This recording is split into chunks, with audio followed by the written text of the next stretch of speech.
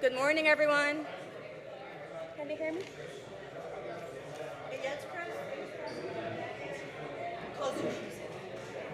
Good morning, everyone. Good morning. Welcome to the January 25th, 2024 Special Magistrate hearing. If you wish to speak at today's proceedings, please stand and raise your right hand.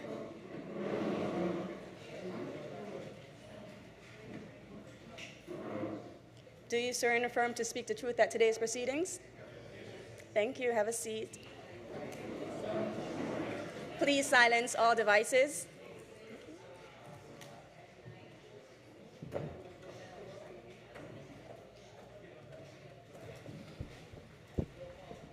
Good morning. Our first case is on page 10.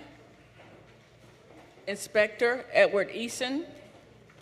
Case number CE 2309-0698. Case address 809 Coconut Drive. Owner Kevin John Schofield.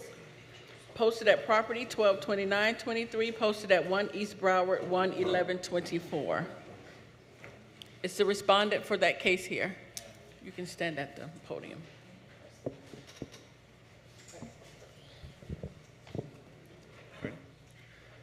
Good morning. For the record, Edward Easton, City of Fort Lauderdale, Code Compliance, presenting case CE 2309-0698 for the property located at 809 Coconut Drive. An inspection of the property was conducted on September 25th, 2023, and the following violations were observed.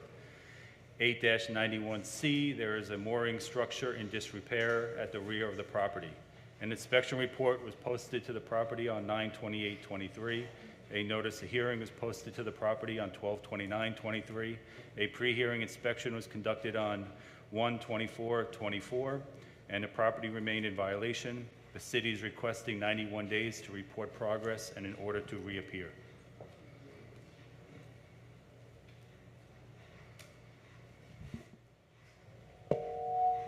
It's your opportunity now to respond. Thank you. Good morning. As Mr. Easton's Can you aware, state your name in relation to the property, please? Hi, yes, my name is Kevin Schofield, and I'm the owner of the property. We've been trying to. We had plans to replace raise the seawall and replace the dock for some time now, even prior to the floods back in April. Unfortunately, we have a construction project going on in our house that has lasted 18 months instead of the originally planned 5 months. So I had delayed starting this project. But once I received the compliance notice at the beginning of October, I started making calls. Turns out it's a really good business to be in the business of building seawalls and docks in Fort Lauderdale and Broward County. And so I made many calls in October and November. Eventually managed to talk to 4 different companies. Had 2 of them I was able to get out to the property to look at the place, and both of that happened just before Thanksgiving, and both of them committed to providing me a proposal. Ultimately, only one of them actually did provide a proposal, which I received on December 18th. That required some questions and discussion, and I signed a contract to raise the seawall and replace the dock with a concrete dock on January 6th. And then I've been working with, the company I signed it with is called Atlantic Harbor Seawalls. And I've been working with them to try to move things along. We received this week the drawing stamped by the engineer, and they're in the process of preparing the permit. And so I've been working with Mr. Eason to request an extension to get the permits and have the existing dock removed and the seawall raised. So that's what I'm hoping will occur as a result of this hearing. Okay, then pursuant to the testimony, I'm going to enter a progress report to take place on April 25th. Thank you. You're welcome. Good luck. Our next case, page 32. Inspector Robert Kasarowicz, case number FC 2306-0015, case address 17 South Fort Lauderdale Beach Boulevard, owner Thora Gallery at Beach Place LLC, in care of Ryan LLC, Devana Tavares. This case was first heard 8/31/23 to comply by 11/30/23. One suspension from 11/30/23 to 1/26/24. 3 sections not complied at $250 per day. Fines start 1/26/24, and this is in order to reappear.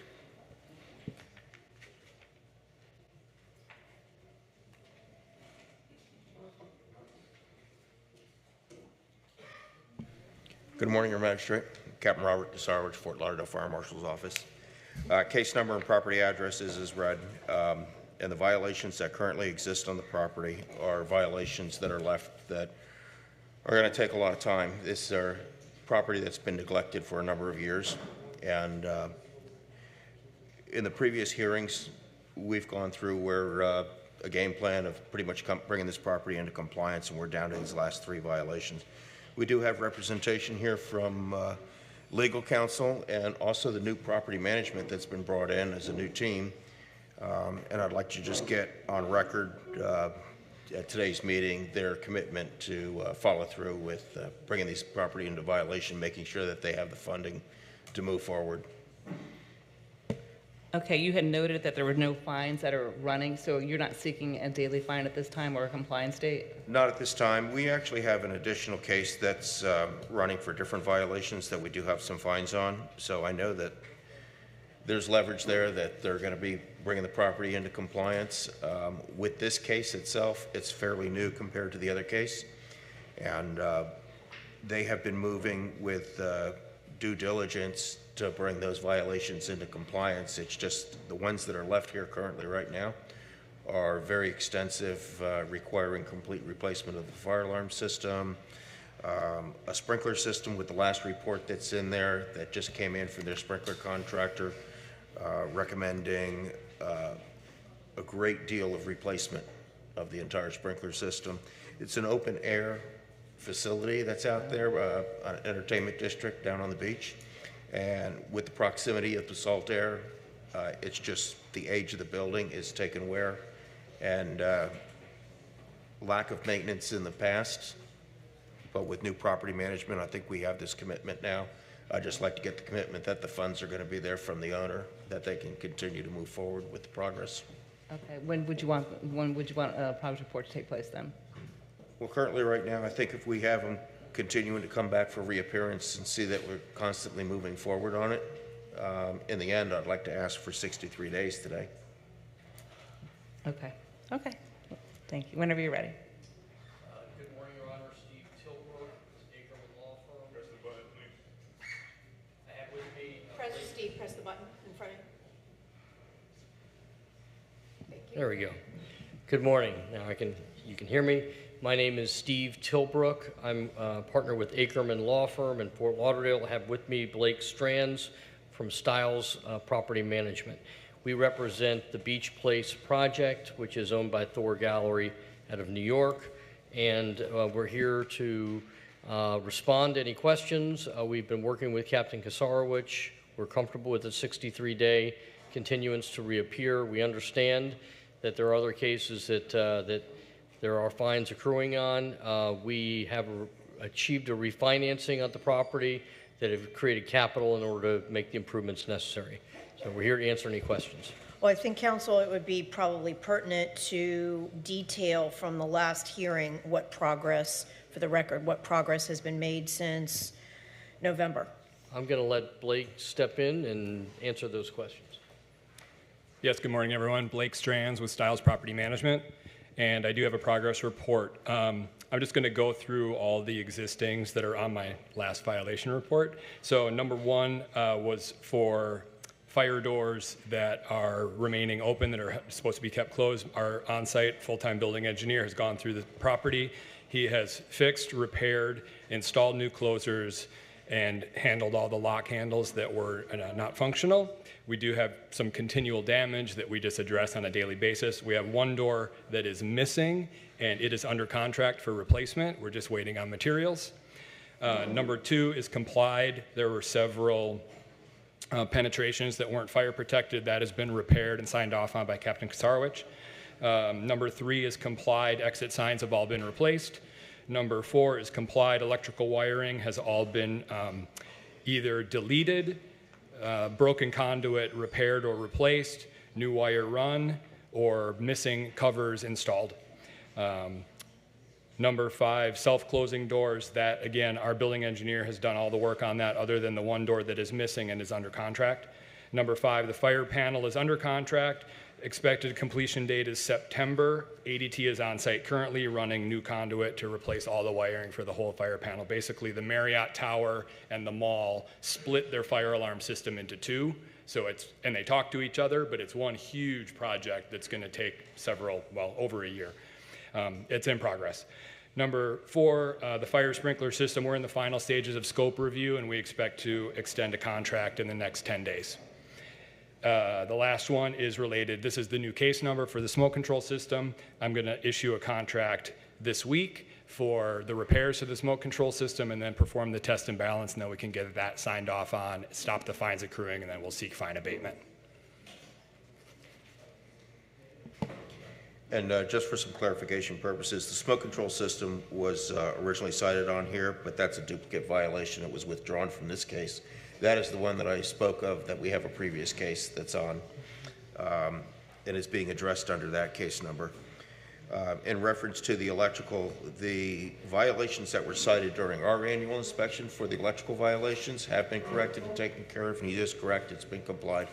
However, there are numerous electrical other issues I'm sure if somebody went through as an electrical contractor to look at because of the severe corrosion and the relationship to the ocean and the salt air and the lack of neglect that's been going on. And they're aware of it, and they've even made a commitment to me, and they've pointed out things to me that they're in the process of repairing. So with the new property management, I'm comfortable with the reappearances as long as we're seeing the progress moving forward, and that we have so far. Okay. Well, then let's have another hearing again on March 28, 2024. We'll do another progress report. Thank you very much. Thank you. Thank you. Once again, we're going to request that all electronic devices be silenced. If you have your cell phone, please make sure that it is turned off or either silenced. Our next case is on page 1. Inspector David Sanderford, case number CE 23080509, case address 4900 Bayview Drive, owner Meridian Apartments, Inc., in care of Monaco Real Estate, posted at property 11224, posted at 1 East Broward 11124.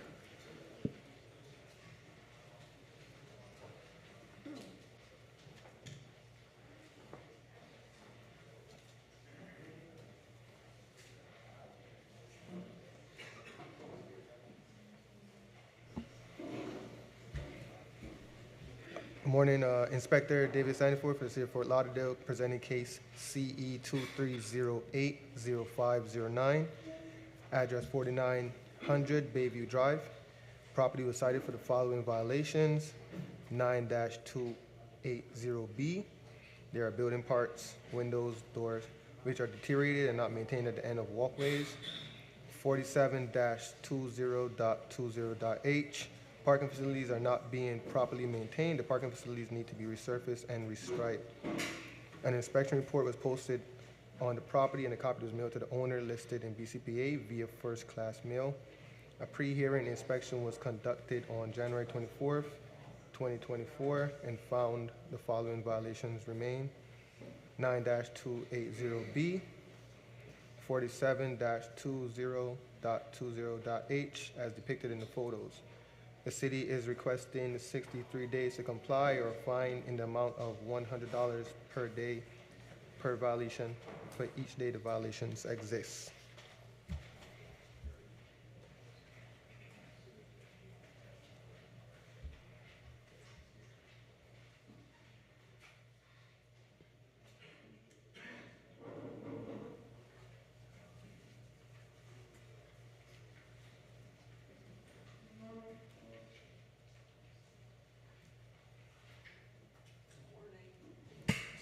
Good morning. Please state your name for the record. And what is your relation to the property? Rob, good morning. Good morning. How are you? I'm good. How are you? Fantastic. So my name is Robert Monaco, Monaco Real Estate. and I'm the managing partner of the Meridian since 1989. And David and I are on the same page, 63 days for an extension to get the building violations into compliance, and we will get it done. Perfect. All right, so ordered. You'll have a compliance date of March 28, 2024. There'll be a daily rate of $100 if you're not in compliance. Thank you, and have a great afternoon. Thank you.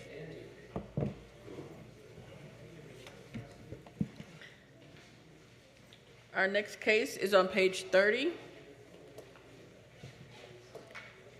Inspector Bernstein Sambert, case number CE 23020868. Case address 420 Northwest 7th Terrace, owner Salvatore Solomon. This case was first heard 6/13/23 to comply by 7/11/23. 2 suspensions noted on the agenda. 1 section not complied at $100 per day, $1,500 accrued, and the fines continue to accrue. This is in order to reappear. Is there?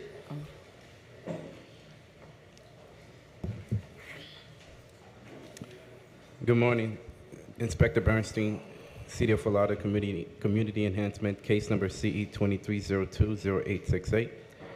Property address 420 Northwest 7th Terrace. Pre-hearing inspection conducted on 1/24/2024. 9304B. The driveway is not being maintained. The gravel driveway is not maintained to code standards. There is gravel on the swell and on the sidewalk. I've been in contact with the property owner. He did add the gravel. Unfortunately, he added gravel on the swell, which is prohibited. And also he added gravel, which kind of messed up the driveway. So he has to redo he has to clean up the area to make sure it's more neat and better.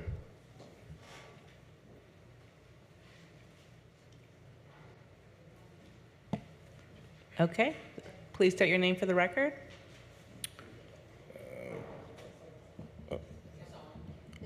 Salvatore Solomon. Okay, so what's going on with the property? So I work 70 hours a week. I've done everything. I've handled all of the other things. Last year I was out of state. I suffer from various medical issues, which I've made them aware of since I got back in October, from October directly through.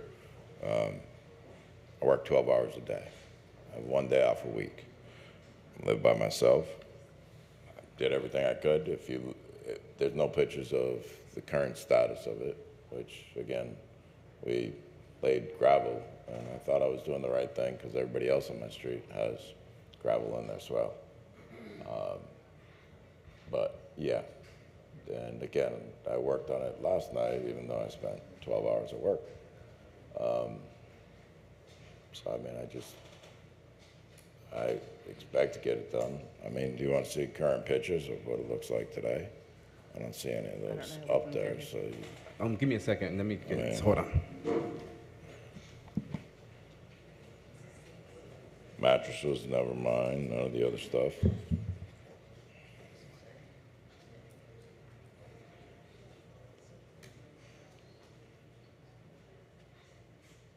And again, last year was financial issues where I didn't have money to do a driveway because I haven't had a driveway in 15 years.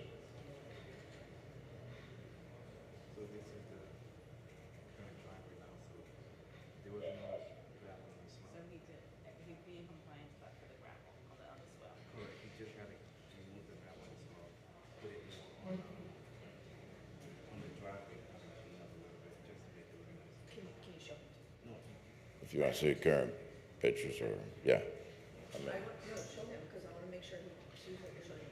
So basically, you can obviously remove the gravel as well.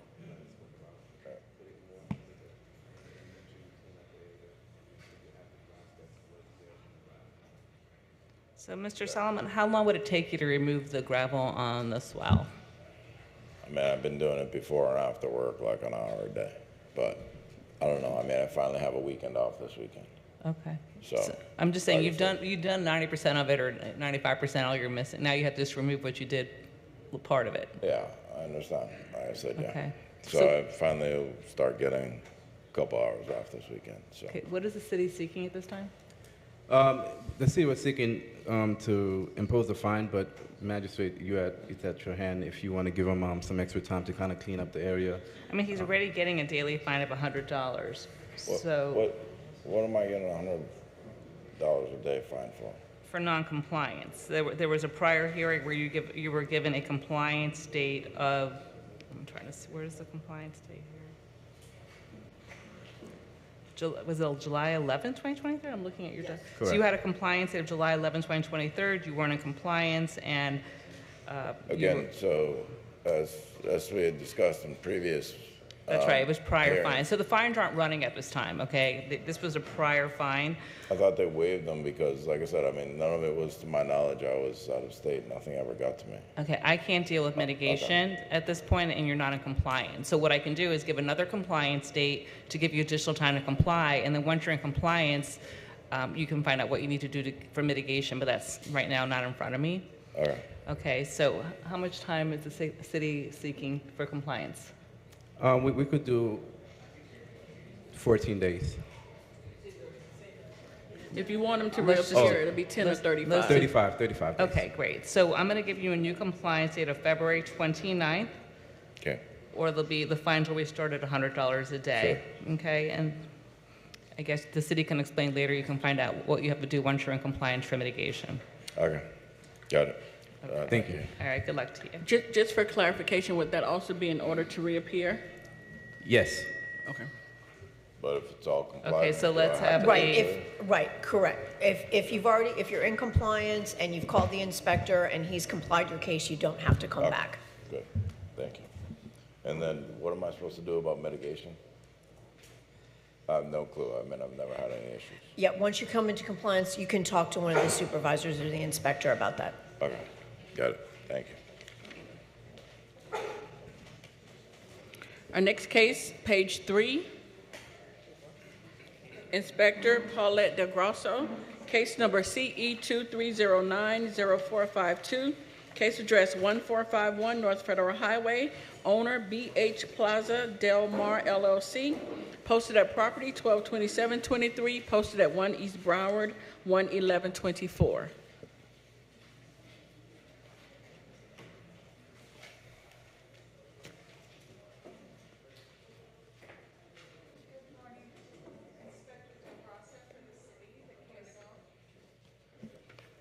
Thank you. Good morning, Inspector Del Grosso for the city. The case and address are as read. The property was initially inspected on September 15th and was cited for the following violation. 24-28C. The dumpsters at this property are not kept within the dumpster enclosure, and there are either too many containers or not enough enclosures on site. I prepared an inspection report to apply for a permit within 30 days to build an adequate enclosure for all containers or remove containers not kept in an enclosure. To date, there is no permit on file to build another enclosure, nor have any carts been removed. Therefore, the city requests 35 days or $100 per day thereafter. Do we have pictures? There we go.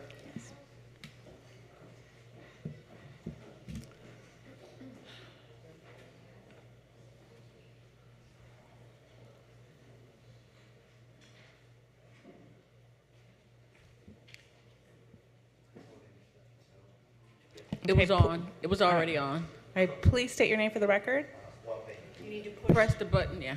My name is Juan Peñas. And what is your relation to the property? I am the contractor and the engineer hired to prepare the plans and apply for the permit.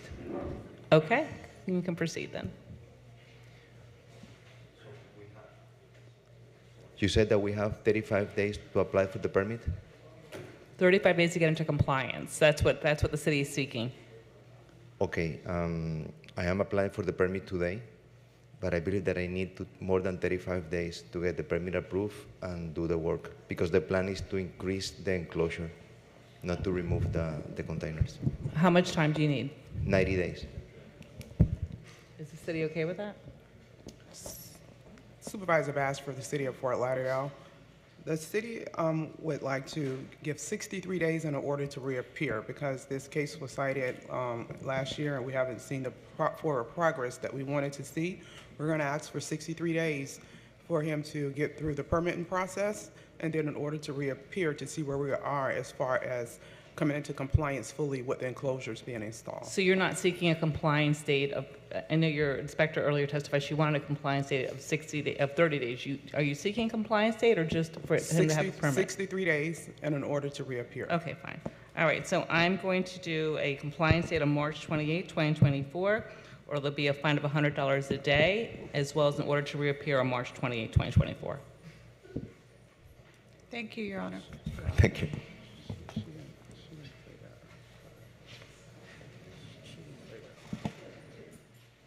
Our next case, page 23, Inspector John Claude Noel, case number CE 23040256, case address 1200 Northeast 5th Terrace, owner Eastside Villas Condo Association, Inc.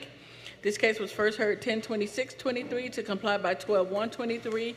One section not complied at $100 per day, $4,100 accrued. The city is requesting the full amount.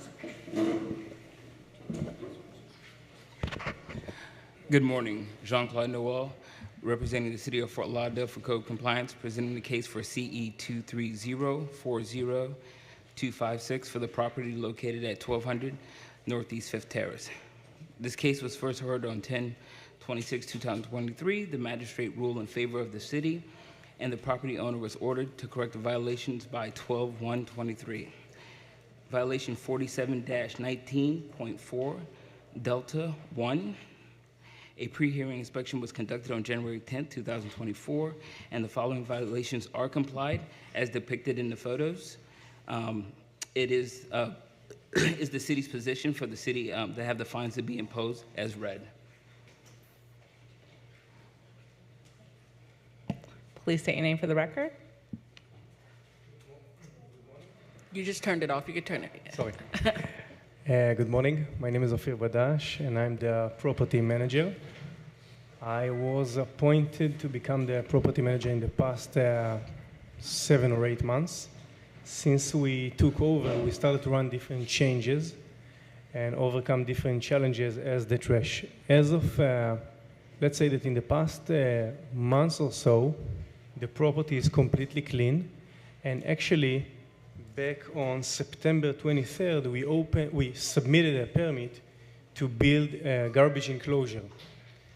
We got the approval on November 29, but then, thanks to a few conversations with the inspector and good advices, we saw that it's much better for us to place a bin for each resident. We have 8 units. Now, there is a tricky situation over here. Right now, each resident has its own bin, which is behind the fence against his unit. So every week we have two times that we take out the trash outside, and forgot the name of the company, but they take it with the truck and everything. The tricky situation is that the lawn that you see over here in the picture behind the fence, it's like a dead spot. Every different persons from different communities around us just decided to throw different kind of stuff. For instance, a boat, a dishwasher. I actually saw a few people that, I'm sorry to say that, I'm sorry, are doing their needs outside the fence, and I took pictures. I have it over here. If needed, I'll show it to you.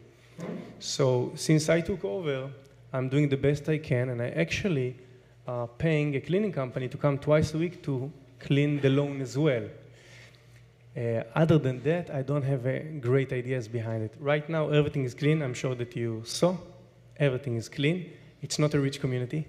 And I represent the community. It's 8 units. We are doing the best we can. I'm asking to waive the fees, as we are not going with a garbage enclosure anymore. As I said, we're going with the bins for each unit now. Everything is clean. And how can we overcome the dead spot of the lawn? I have no idea. Maybe if you guys will allow it, we can just make it like a parking lot, something like that. Other than that, it's not our property, it's the city property. But I know it's our obligation to make sure it's clean. So this is where we are. What did it cost you to get into compliance? What do you mean? I guess you had to pay the permit fees. Did you have to buy extra, garbage? What did you have to do to get into compliance? What did it cost the homeowners? So the cost for the garbage enclosure with the GC open permit and all the job it was supposed to be, it was around $8,500. But now that we changed it with the bins, because we already paid for the job and remove some trees. You don't see it over here, but we removed some trees. We prepared everything for the garbage enclosure, so we paid $3,075 already. When we went with the bins, we actually increased our monthly expenses because each bin cost more money, 8 bins instead of 1 garbage enclosure. But the reason I decided to go with that was because I can actually secure or promise that the place is going to be much cleaner than before.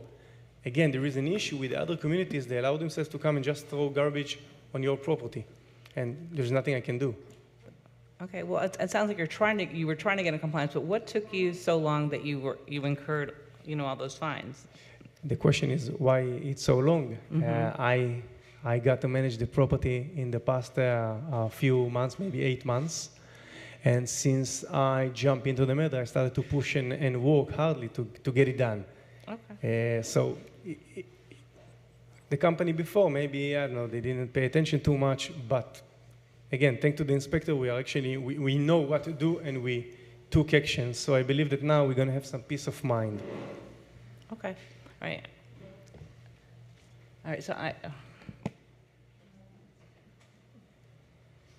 All right, so I'm going to reduce the fines to $1,600, okay? Because you told me there's 8 units, correct? Yes. Okay, so I'm going to reduce it to $1,600 to be paid by February 29th, 2024? Yeah. Okay. You don't need to reappear or anything like that. Okay, perfect. Thank you. You'll get an order in the mail. Thank you. Sure. Thank you. And whoever's phone keeps going off, please silence all electronic devices or you may be asked to leave. Because some phone keeps beeping.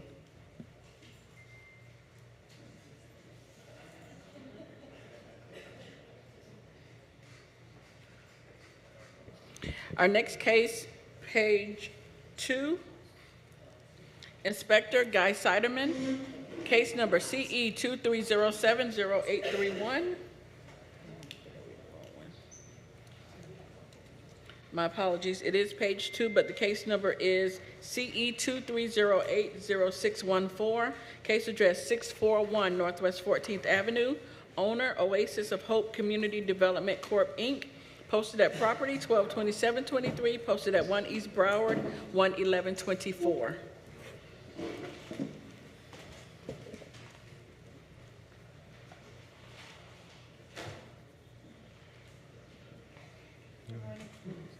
Good morning, Inspector Guy Siderman, City of Fort Lauderdale, presenting case CE 23080614, address 641 Northwest 14th Ave.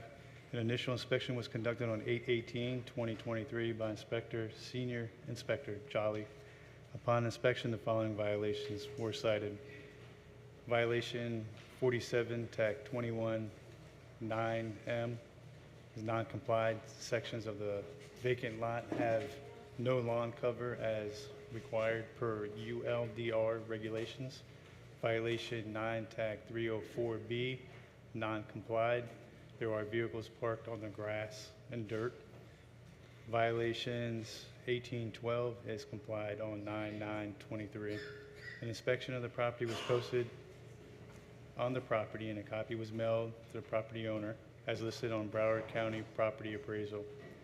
A re-inspection was conducted on 10/20/2023 and revealed the property remained in violation, which resulted in the case being scheduled to a special magistrate hearing. A pre-hearing inspection was conducted on 1/24/2024. The property remains in violation as depicted in the photos. I have not been in communication with the owner throughout this process, and the city is requesting 35 days to comply or a fine of $50 per day per violation thereafter. All photos have been submitted and recorded for evidence. Good morning. Please state your name for the record.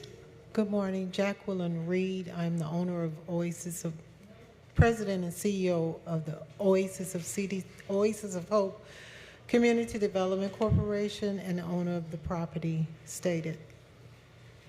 Okay, so what are you doing to get in compliance? This violation had been given some time ago. It's a gathering place for neighbors, and I've spoken with the owner of the property next door, and the property was donated to us by the city of Fort Lauderdale to build infill housing as a nonprofit organization, infill affordable housing as a nonprofit organization. We have been paying someone to maintenance the properties while we're in the process of permitting architecture drawings.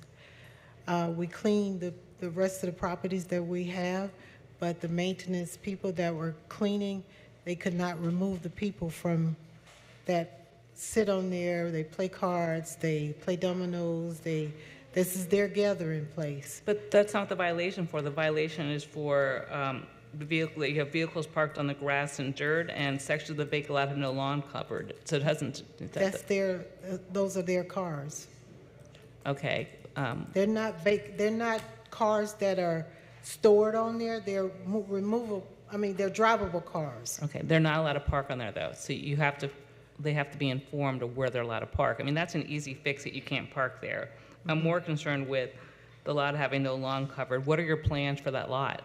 We're building affordable housing. Okay, so you're going to build something on it. Yes, the plans are in architect drawings. As soon as we get them out, they will go into permitting, and we're in the process of doing that now. Okay, so I can understand not having the cars parked there, but I don't see. It may be a waste of money to make them plant land, put sod, and then they're going to be building on top of it. I think what a better approach would be to have a progress report in a few months and see if they have their permitting. If they're not moving forward with their permitting, then of course we'll give a compliance date, and they'll have to do something in the meantime so it's not an eyesore for the neighborhood. Special Magistrate, over here. Wait, where am I looking? Oh, thank you. Hula Dow, the Code Compliance Supervisor. I agree, as long as the case isn't closed, they can come back for a progress status conference, and we can go over what progress is being made. We can't just allow the property to remain in that condition, though, because you never know, something could fall through the cracks, or this could,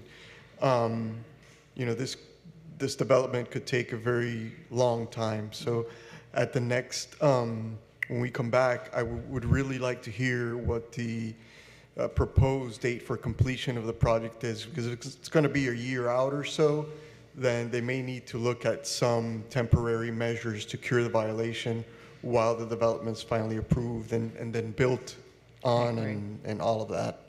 I agree. How many days do you want them to come back then? What would you be satisfied with? We could do 63 just to allow for the permitting and see where we're at that point, but just for the ground cover. Right. So what I'd like to do is, in the meantime, I want you to find a way to make sure cars are not being parked.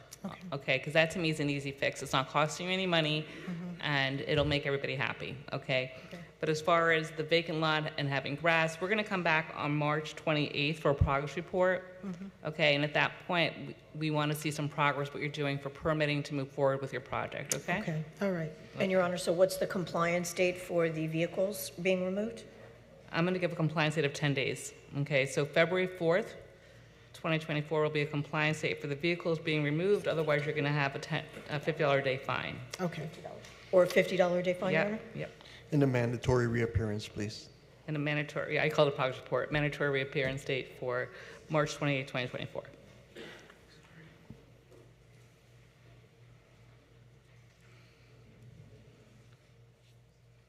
Okay, good luck to you. Thank you. Thank you very much.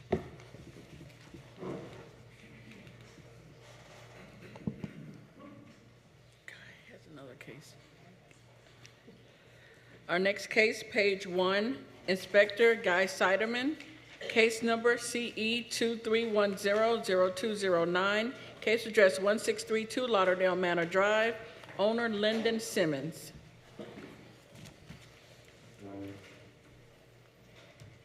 And this is service by appearance. Good morning, Inspector Guy Sidemer, City of Fort Lauderdale, presenting case CE 231000209, address 1632 Lauderdale Manor Drive. An initial inspection was conducted on 10/7/2023. Upon inspection, the following violations were cited. Violation 1812A complied on 10/18/23. There is overgrowth, trash, rubbish, and debris on this property and its swell. Cut the overgrowth on the swell on this property maintained on a regular basis. This is a reoccurring violation per case CE 200-60845 and is being presented to the magistrate regardless of compliance for finding of fact. Violation 18-4C complied 10/18/23. There are derelict vehicles on the swell and its property. There are multiple derelict vehicles on the property and its swell. This is a reoccurring violation per case CE 200-70016 and is being presented to the magistrate for a finding of fact regardless of compliance. Violations 18-1 is complied on 10/18/23. All photos have been submitted and as a record of evidence. Okay. Please state your name for the record. Lyndon Simmons. Okay, so you're the owner of the property? Yes, ma'am. Okay, can you please address each of the violations and what are you doing to get into compliance? Well, immediately as I heard of what happened, I cut down everything, I moved everything out the way, ordered the person to take them up, down to the back in, and everything was completed, even before the first letter come to me. When did you do I don't this? like harassment. The very same, I don't remember it was. The same time I get a piece of red paper. So, Your Honor, everything is actually in compliance Yes, now. As because I the don't like inspector stated, harassment. the city is just seeking a finding of fact that the violations existed. Okay, so ordered. There's a finding of fact for each of these violations, okay? All right, thank you. That's it, sure. No fines or anything.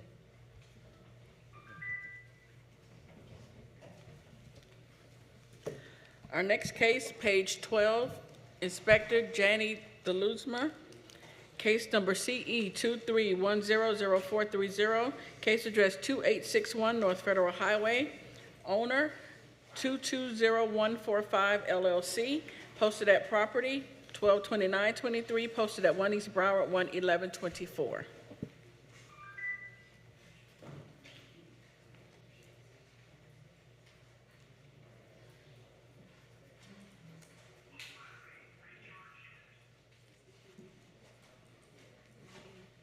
Excuse me, Nadine, I didn't hear which case you read. I don't have that. What's the address? Okay. Thank you.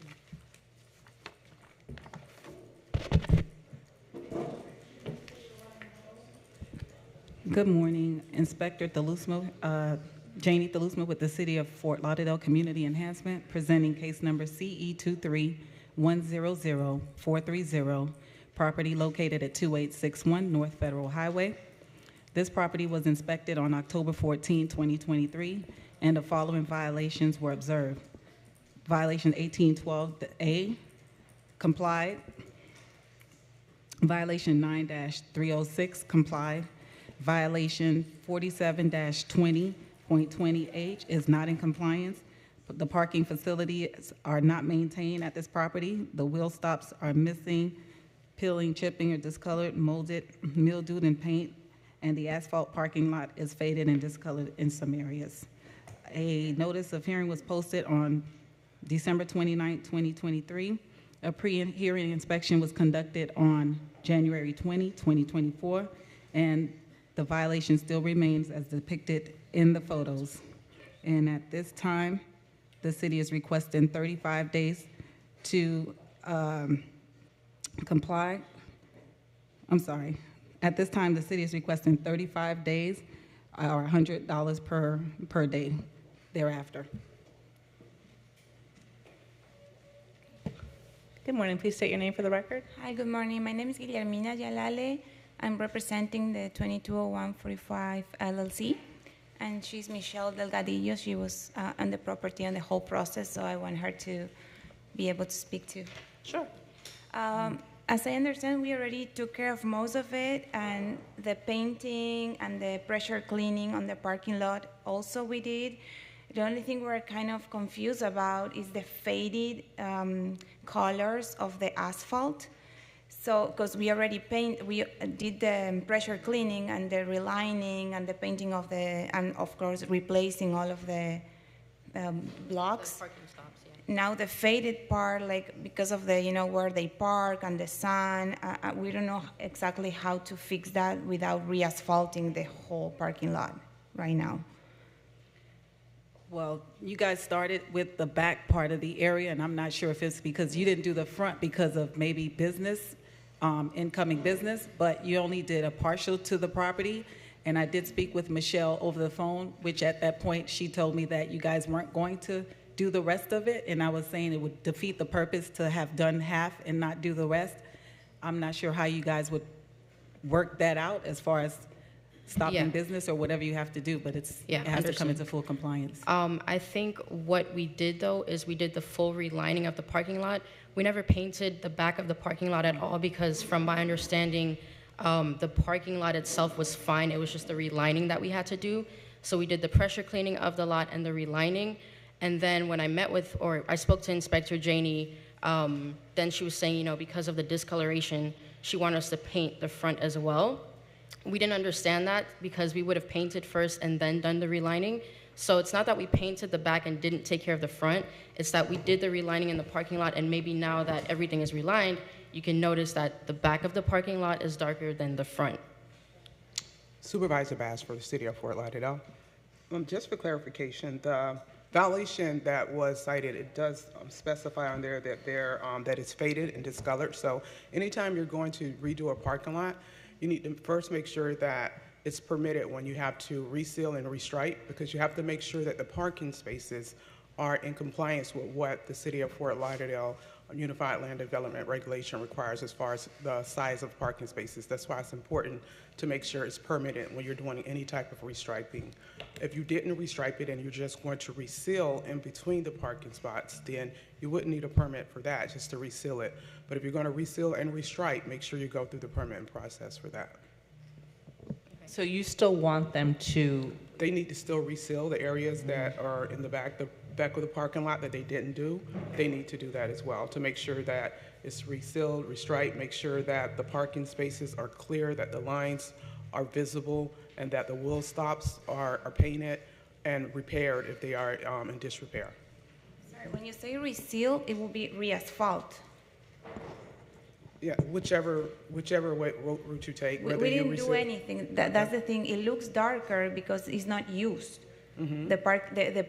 They use the front more, so it's a little more faded. But we didn't paint the parking lot. We just painted the lines again. We just fixed the lines. That's what we are kind of confused. Right. So there's still, the photos I'm looking at, there's still like discoloration with the asphalt, like you said, in the rear of the business. So you would need to reseal that as well. So can we paint the whole parking lot in You can, just make sure that if you alter the parking spaces in any manner, that it's permitted, that you're going to get a permit to make sure that the parking spaces are up to par with the building code as they should be. Okay. Yeah, because if we paint just half, it's going to be different anyway, so we have to do the whole thing, even though it's still, okay. So will 35 days be sufficient enough time for you guys to get that done? Okay, so the city is going to request 35 days or a fine in the amount of $100 per day thereafter. Okay, so ordered. I'm going to give a compliance date of February 29th, or there'll be a fine of $100 a day if you're not in compliance by then. All right. Okay. All right. You don't need them to reappear, right? Okay. All right. Thank you.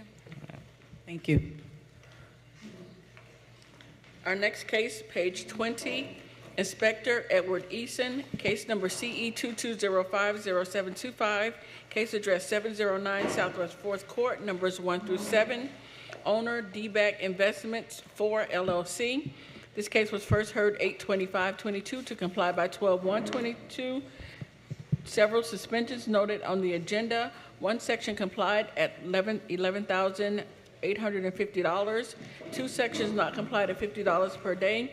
for a total of $23,800, $35,650 accrued. The city is requesting the full amount, and the fines continue to accrue. This is in order to reappear. Good morning, Inspector Edward Easton, City of Fort Lauderdale, presenting case CE 2205-0725, address 709 Southwest 4th Court. At the October 26, 2023 Special Magistrate, the Magistrate granted a 91-day extension and an order to reappear today. Pre-hearing inspection was conducted on January 24, 2024, and the violations remained. Please note that the case has been open since May of 2022. The city is requesting full imposition of fines, which continue to accrue. Good morning. Please state your name. Oh, is this on? Oh, yep, it is on. Hi, my name is Sarah Thompson. I am the legal representative for the property owner. I'm with the firm Dunay, Miskell & Backman. As was stated, 1 out of the 3 violations has been complied with, and the property owner is making diligent efforts to comply with the remaining 2. I spoke with the client yesterday, and in regards to violation 9-280B, regarding the windows, they have ordered the windows. They are apparently, according to the tracking number, they are being delivered today, and they are working towards getting the permit to install them.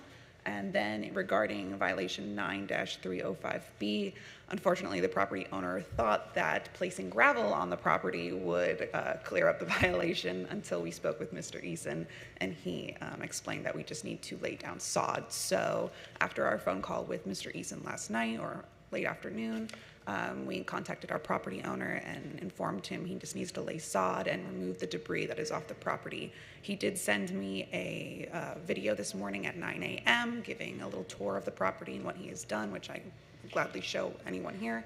And he has removed the debris, but he is still working on bringing someone in to remove or to lay the sod. How many? This is an apartment building? I believe so, yes. How many units are there? Do you know? I do not know. I actually was just put on this case, unfortunately. So. Okay. Is he collecting rent from? Is it vacant or is it occupied? I believe it's vacant currently, given that the windows are boarded. I don't believe anyone's living there, to the best of my knowledge.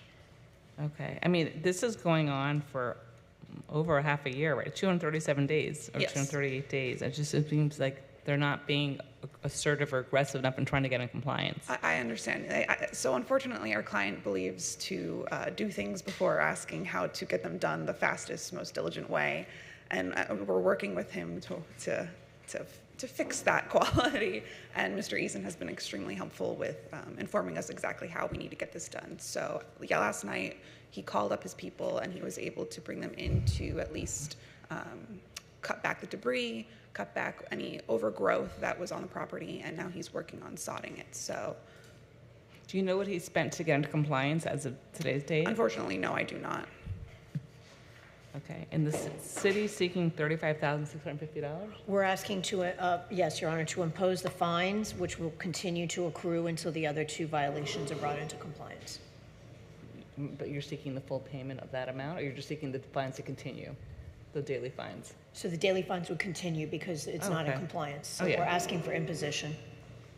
Okay. One fine is set because they are in compliance with the one component, but the other 2 will Okay. continue to accrue at $50 a day until they come into compliance. Okay, yes, I'm going to continue the fines as so ordered until I see some more progress. Yes, no, we're here for only asking for an extension. So I'm just curious as to when we need to come back and give an update. Yeah, let's do an order to reappear on February 29th so that if you have progress at that point, we can assess the continuing daily fines. But at this point, I don't really see enough progress. Okay, Okay. great. Thank you so much. You're welcome.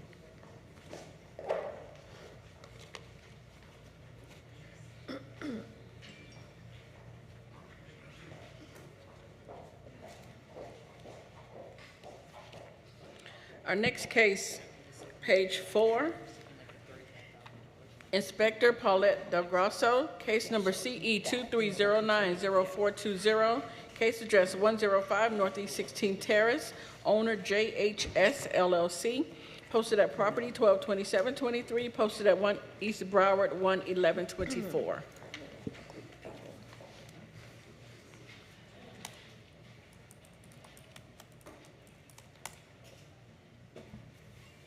Good morning, Inspector Del Grasso for the City of Fort Lauderdale. The case and address are as read. The property was initially inspected on September 23rd and cited for 2 violations. 9-306, the exterior building walls have not been maintained. Structural parts, including fascia, soffits, and balconies, are in disrepair. There are areas of the exterior that have stains and missing peeling paint. Violation 9-305B, the landscape at this property is not being maintained in a neat and well-kept appearance, and there are areas of dead and missing ground cover. An inspection report was mailed to the owner, Mr. John Sachs. Upon receiving the report, Mr. Sachs called me and said there's an open building case and the work must be completed with that job before painting the exterior can begin. Therefore, he said he would need about 3 months to do all the repairs. A concrete restoration permit was issued and work commenced on resurfacing the exterior. As of yesterday, I was contacted by Mr. Cunningham, a real estate broker, who said the building is under contract and is expected to close on January 31st. Therefore, the city requests 35 days or $100 a day thereafter for each violation.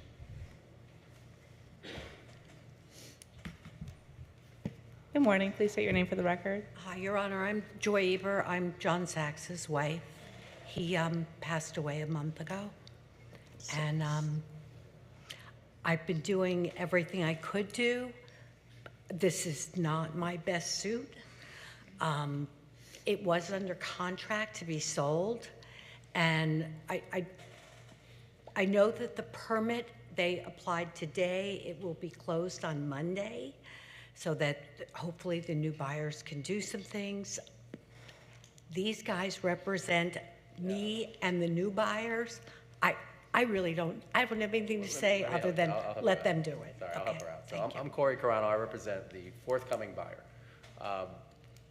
Most of the major issues have been addressed already, the structural issues. We just have some painting left and some exterior issues to do. The city has very graciously offered 35 days.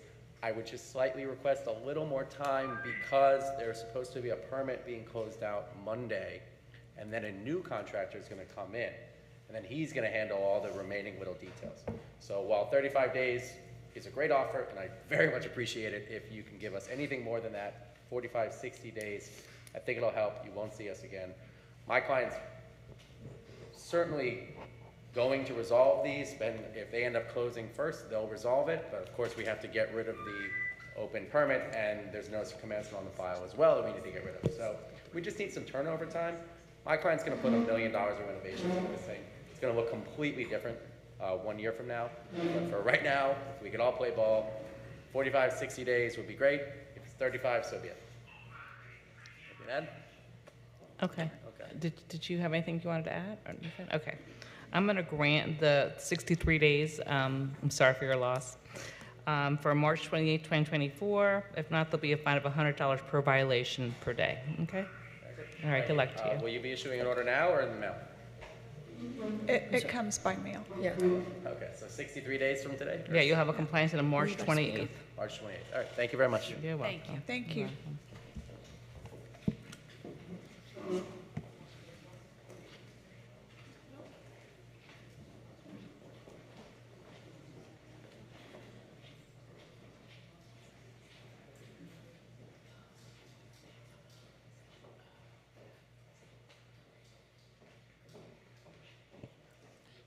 Next case, page 13, Inspector Janie Delusma, case number CE 231004445, case address 1844 Northeast 46th Street, owner Dancing Light LLC, posted at 1 East Broward, 1/11/2024, and this is service by appearance.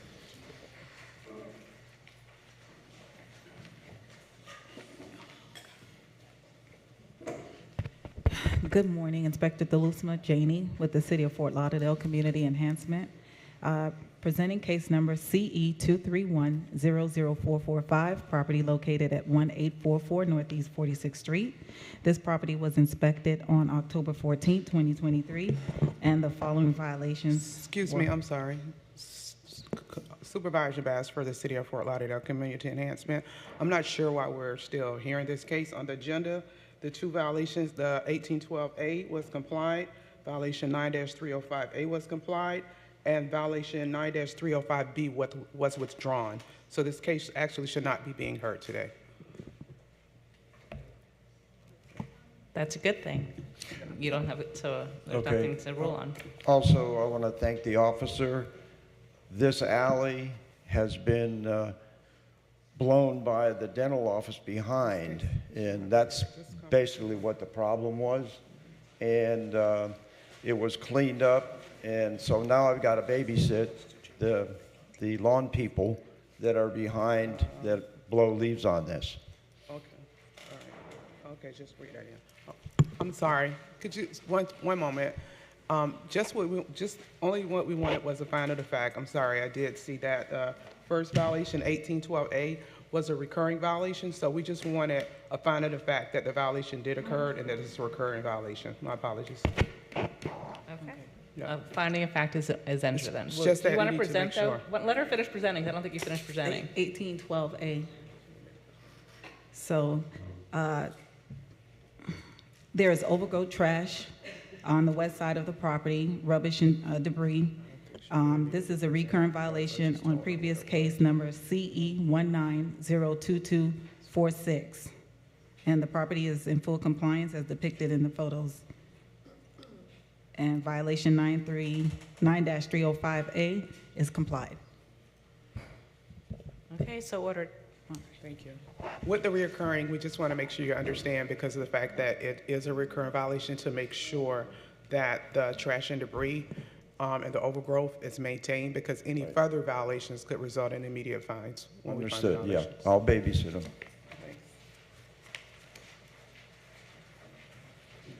Our next case, page 28, Inspector Dorian Coloan, case number CE 23010786, case address 3100 Northeast 32nd Avenue, owner Pac-Man Intracoastal LLC. This case was first heard 5/28/23 to comply by 6/4/23 and 7/27/23. Two suspensions noted on the agenda. Two sections complied at $100 per day, one section not complied at $100 per day. $5,000 has already been imposed and the fines start 1/26/24. This is in order to reappear. Good morning. Senior Inspector Cloyam for the City of Fort Lauderdale. Case number is CE 23010786. Case address 3100 Northeast 32nd Avenue. So this property was first cited on January 28th, 2023 and brought before the special magistrate on 5/25/23, 7/27/23, and again on 9/28/23. And they were given extensions on the property. However, that was a previous owner. The property was sold in November. And there is a demo permit in the system that's kind of pending, and I'll let the new owner speak on what's going on with that permit. Good morning. Please state your name for the record. Good morning. My name is Richard Hastier, Pac-Man Intracoastal LLC. Yes, our corporation bought the building in November. Couple of things that come into play here. There is a transformer inside a vault in the building that powers the area. Across the street, we bought the property at 3050 Northeast 33rd Avenue, where fire station number 54, temporary housing was. They had a lease on the property until January 1st, 2024. They just vacated at the end of the year. Until that time, Florida Power and Light would not remove the transformer because it was powering the fire station. The fire department has vacated. The city has vacated the property. They haven't finished demolition yet. They're still working on it. Florida Power and Light has not given me a time frame. We've been in touch with them. We have a demolition contract to knock down the building, but it can't be done until FP&L vacates. You have no time, they haven't given you any indication how long it's going to take? I have been pushing for that and cannot get an answer from them. They've given us a $15,000 engineering fee to do the work. It's called forced relocation of the transformer. And I've been pushing for an answer from Florida Power and Light, have not been able to get one. My best estimate, if I had to throw something out there, would say 60 days. Okay, so But why don't, other than them, we're ready to go. We're ready to knock the building down. so why don't we do a order to reappear for January 25th, which would be 63 days. You can give us a progress report then. When did you say? January 25th? Oh, Yeah, that's that's today. March 28th, sorry. March works. 28th. March 20th. Yeah. That's good. I'm glad that you're paying attention. Eh? Yes, ma'am. Your magistrate, so it's going to be a 63-day extension with an order to reappear? Exactly. Thank you. Thank you.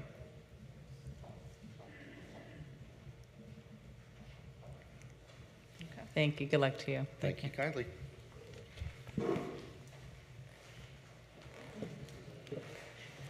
Our next case, page 5, Inspector Jeffrey Lombard, case number CE 2310068, case address 832 Northwest 17th Avenue, owner Mary M. Hires, posted at property 122723, posted at 1 East Broward 11124.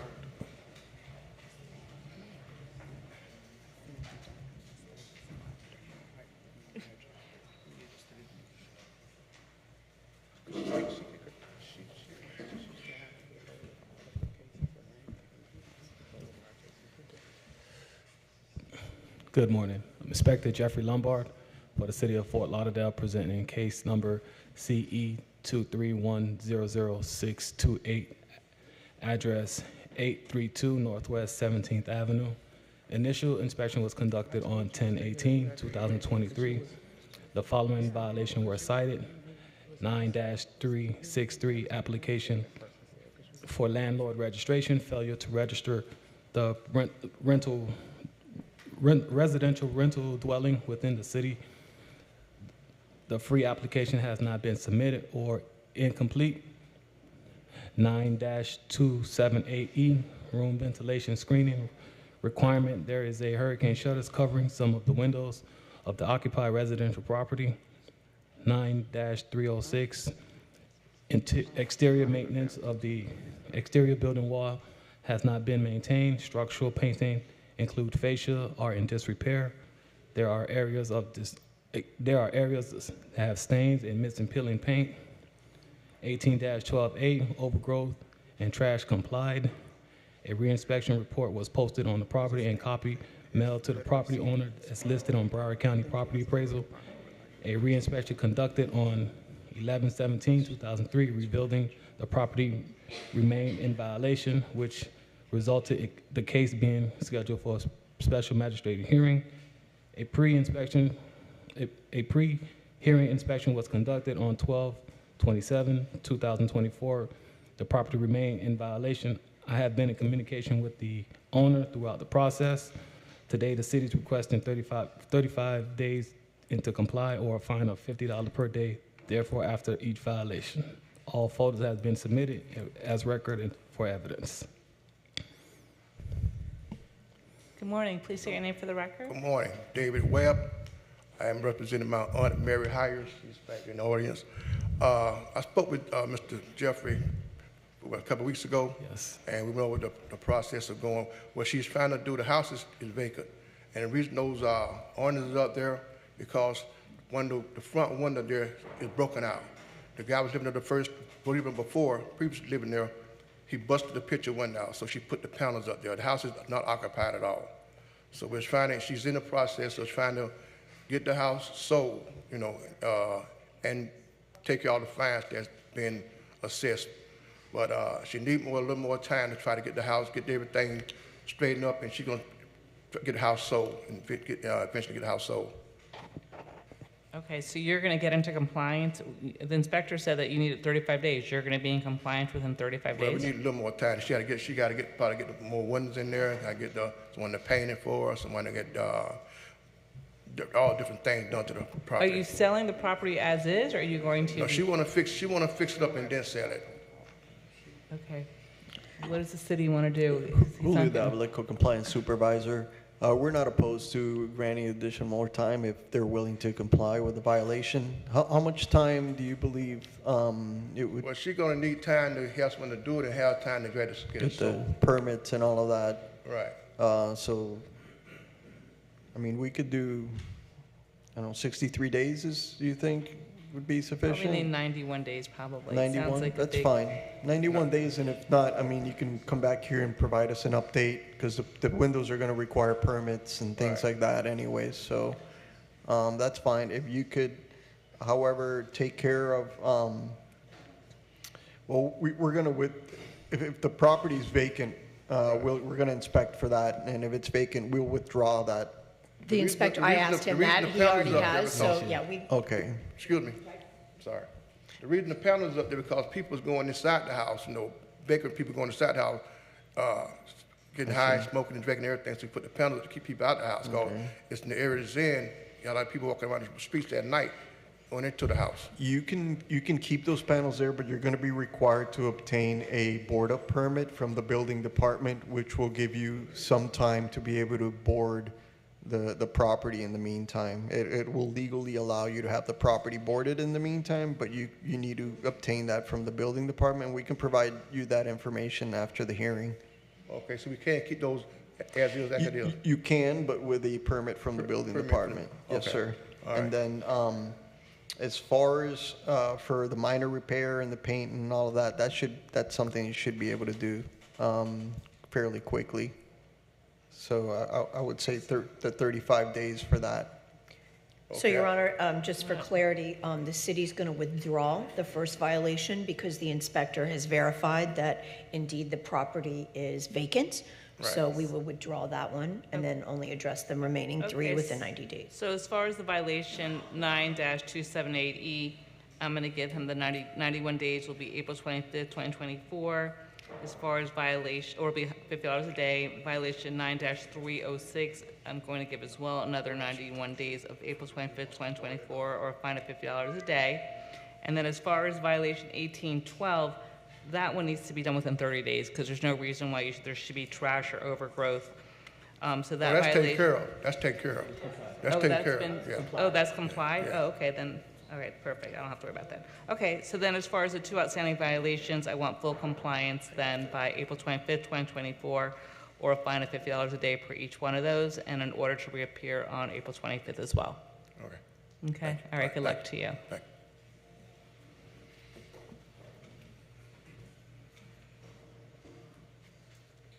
Our next case, page 24, Inspector Paulette Del Grosso, case number CE 23080380, case address 643 Northeast 18th Avenue, owner Good Service Realty, Inc., in care of Ingeborg Leatherby.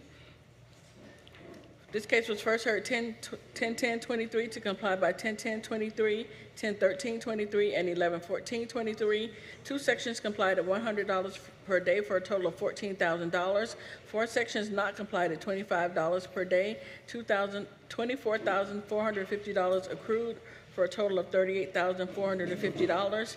The city is requesting the full amount and the fines continue to accrue.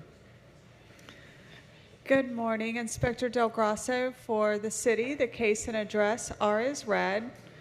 Your Honor, simply put, the city is seeking the full imposition of fines, and I am delighted to see the owner present. I have spoken with her over the years and never met her in person. So I'm interested, of course, to hear her perspective. Yeah. Well, this hearing to impose. Right. Okay, okay, please state your name for the record. Please state your name for the record. Sir, can you push the button there that, Oh. it's on, perfect, there you go. My name is Ingeborg Lepiscopo. I thought it was this one. Are we not doing this one? Okay. Okay. Oh, there we go. Okay. All right, can you explain what's going on? Because you really have a lot of fines on the property, but you have $38,450 that the city's seeking. So We don't know what the problem is. And the tenants have been visited by the police to see if everything is fine, and they said yes. So that's all I know. Your Honor, this matter was first heard in October after, of course, several months of being given notice of the 8 violations, 6 of which have been complied. And I have spoken with Ms. Leatherberry over the years. There have been other issues at that property regarding the exterior. And the tenant who lives there is very hands-on as far as when I do appear at the property. He accepts the notices. In fact, there are no trespassing signs posted everywhere, so when I do have to post an official notice, it's in the swale. But he's always aware of what I'm doing because he has multiple cameras around, and he will come and get the notices. And I have been under the assumption he would notify his landlord, which he has told me numerous times he has. So as she is the property owner, the onus falls on her to cure the violations, not the tenant. And there are still significant exterior violations as well as landscaping issues to contend with. And Your Honor, it also appears that there may be some interested parties that are here that would like to speak about the property as well. okay, I'm going to give them an opportunity to speak now. No. Okay, so What do you want me to do? So, ma'am, if you could just maybe move aside just a little bit. There are some people behind you that would like to speak about this violation, if you could. Thank you, sir. Yep. I'll be happy to repair it, but I was sick. I couldn't do much. I had the shingles. I still do. So.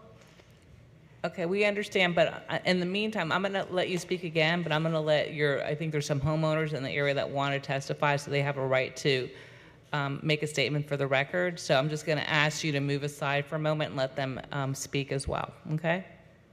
Just if you can move her aside. Yeah. No, move her if you could. Sir, yeah, you can move her aside just for the moment, and then she'll get to speak at the end. Thank you, sir. Good morning. My name is Skeet Jernigan. I've lived across the street from this house for 35 years. That's 12,410 days that this house has been a mess. There's been a series of tenants in and out of the house the whole time I've lived there, none of whom have taken proper care of the house. And the landlord has a realty company. She owns, or the realty company owns, a number of houses around the city. They all have problems. There is a ongoing, long-time, concerted effort to ignore the property. She takes the rent, and no repairs are ever made to the property. The current tenants have been breeding pit bulls in the backyard. There are kennels in the backyard. They have at least 3 pit bulls in the backyard right now. The fence is falling down. The house is in disrepair. The tie beams are beginning to, I think it's called spoiling or spalling, and concrete is chipping off. There are chips on the house in the corner where various vehicles that have pulled up into the yard have hit the house. There are 2 or 3 air conditioning units that are improperly installed and are just hanging out of the windows. with foam core or plywood or something Is it around a them. single-family dwelling and one person's renting, or there's several tenants in this? No, it's a single-family residence in the heart of Victoria Park. And there is a tenant there, a family. There's a family there living in the unit currently. The police are there all the time.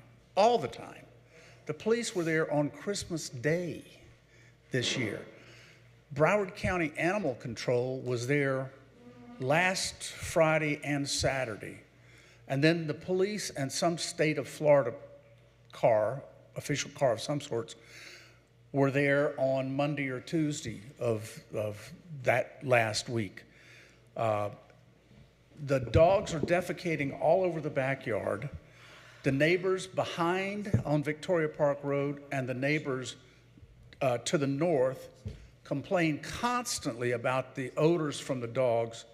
The young lady that lives to the north next door, the young lady that lives to the north next door can't use her swimming pool, can't go outside because of the odor from the dogs. They don't clean up after them at all. The house needs to be painted. It has old jalousie windows, some of which are broken and haven't been replaced. It's on that ridge in Victoria Park, so it's a split-level house. It's 2 stories on one side with a garage underneath. There's all kinds of trash in the driveway and whatever. The one thing they have done is the tenant, one of the violations was the trash cans being left out. He is now consistently putting them behind the falling down fence. So I will say that he is attempting to do what he can do, with the exception of the dogs. He's doing what he can do, but he's a tenant. He's not going to replace the wooden fence around the backyard that's falling down. And the neighbors are concerned. The lady to the north was out on her patio about 6 months ago, watering her plants on her deck. She heard a scratching sound or whatever and looked over to see this big gray pit bull climbing up through the fence and up onto her deck. Scared the hell out of her. She dropped the hose, ran inside, locked the door, right? The pit bulls have been in my front yard. I'm across the street. It seems that they've remedied the dogs getting out of the yard by putting in chain link kennels, but it's a problem. And with all due respect, this has gone on and on and on and on, and calls have been made and made and made.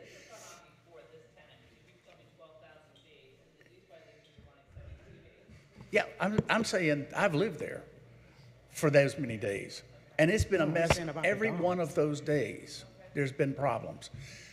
It is clear to those folks here in the neighborhood that the landlord has no intention whatsoever of doing the things that she needs to do, like painting, landscaping, there is none, maintaining the grass, putting in a new fence. The tenant is not going to do that stuff. The landlord has to do it, but she expects the tenant to do everything for the property, and always has, by the way. Magistrate, for the record, I just want to clear, I know that the neighbor stated that it's at least that they're running a kennel and it's 3 dogs. We are the ones that generated the call to Broward County Animal Control. They did not find that to be a fact when they went out. I myself, along with our detectives from the city of Fort Lauderdale, has visited the property at least on 2 occasions. The last visit that the inspector had there, we only verified that there's 2 animals in the rear of the yard, which is authorized unless they brought additional animals since then. But upon our last visit, it was only 2 animals. It has to be 3 or more in order to be considered a kennel.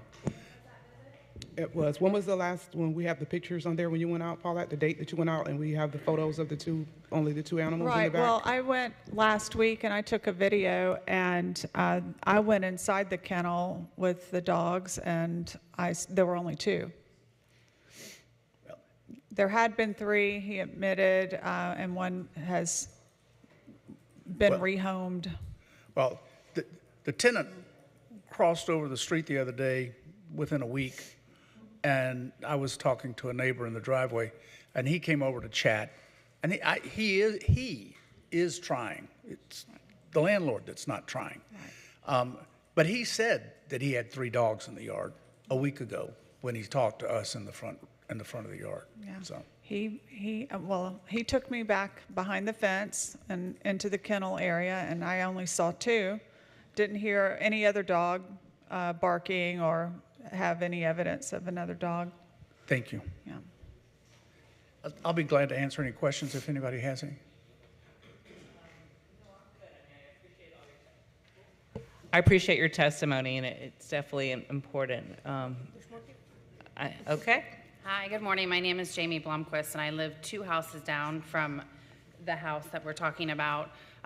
Everything that Skeet just spoke of in reference to the exterior of the home is correct. It's falling apart. It's in I've been there for 8 years, so this is the second tenant since I've known.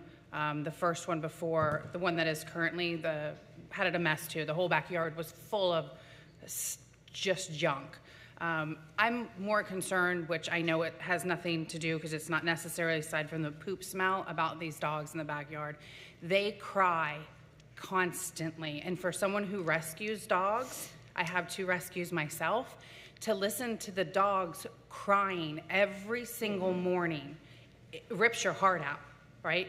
And she's doing nothing about it. He doesn't care. He sees no issue with it. They have bred dogs there before. We have pictures. Denise behind me has pictures because she can see into the yard. I can't see into the yard. All I can do is smell, which the conversation that you and I had was when I met you a couple weeks ago on the phone was the smell. The smell of the poop in this backyard is unbelievable. Those animals are living in that filth. And those kids then, there's what I less understood, 4 kids. Those kids live in that filth too. Right, so they're in the backyard. So my concern, I get all of her violations, and I'm sorry that you didn't see the 3 dogs that were there. They do have 3 dogs. You can hear all 3 of them barking and whining. It's the 2 girl ones that whine all the time, and they're breeders. That's just what they are, so. But the city has, you said you came out and you said that the noxious odors are in compliance now, as well as the kennels are not being, I'm just looking at the... Right, and when I visited last week, and I saw how the dogs were being taken care of, or lack thereof, and I'm an animal lover myself, I didn't see any cause for concern as far as they have sufficient room. They have 2 large water troughs. They have a large feeding trough, and Jared, the tenant, buys a 50-pound bag of food every other week, and the feeding trough is refilled. In fact, one of the dogs was eating the kibble while I was there, so I know that they're being fed and watered. They have an igloo in the backyard that they could go in for shelter. He's also planning on putting like a roof over the stairwell area. We talked about that to provide even more shelter because Supervisor Bass, who is a certified animal control officer as well, she looked at the video and the photos and indicated... What about the odors, though? Because I'm concerned. Well, and I was standing there in their pen. That particular day, there was no odor. Now, I have been there months ago where you could smell the odor from the neighboring properties. So I agree, it can be terrible. Okay. But as of that time, it didn't smell. And maybe there had been a recent rain. I don't know. It all has to deal with, the climate of the day. Okay. Is there anything else you wanted to add? No. All right. Thank you for your testimony. I think you have more people. Okay. My name is Denise O'Grady, and I'm the neighbor that lives directly behind the house. Okay. And this is a very emotional and untenable situation for me. I have not been able, since the current tenants moved in, I have not been able to use my backyard because of this smell. I've been at that house for 15 years, those tenants maybe 2 to 3 years. I know, even though I have a big hedge, I can see right through. I think, Ms. Bass, you were there during the summer when I was away. I have complained, although you may only have a complaint, a code enforcement action on record for so many days. I have complained to Ms. DeGrasso, okay? We're gonna work on it, we're doing this, we're doing that. I'm a commercial property owner. There's been no action, okay? I know about code compliance. I have one property in Fort Lauderdale. Nobody slips up, nobody tells me, oh, I'm gonna give you, you know, like X amount of days, or the neighbor next door is ill. This woman is a property owner, multiple properties, and this is not acceptable. I cannot use the back of my house. In the summer, I don't even live here in the summer. And the dogs, I'm an animal lover, but those dogs are abused, okay? The reason you didn't smell anything for the past couple of weeks is because it's been cold. It's been 50, 60 degrees, okay? And my heart is with those dogs.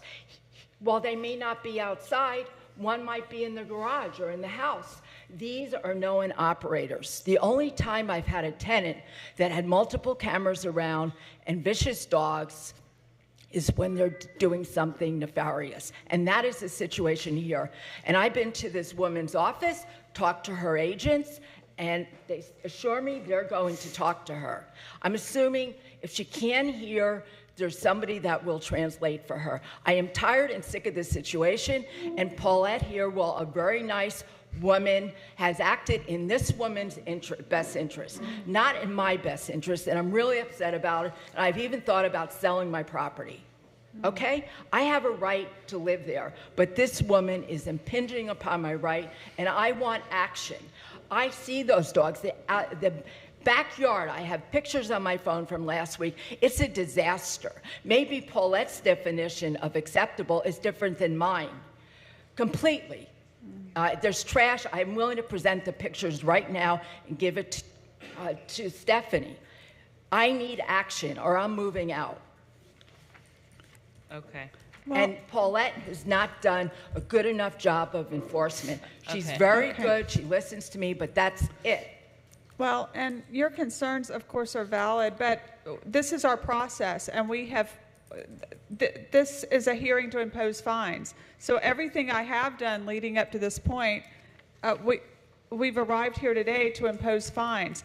Unfortunately, you know, the city doesn't come in on an occupied property and just bring some shovels and brooms and start cleaning up. This is our process for affecting change.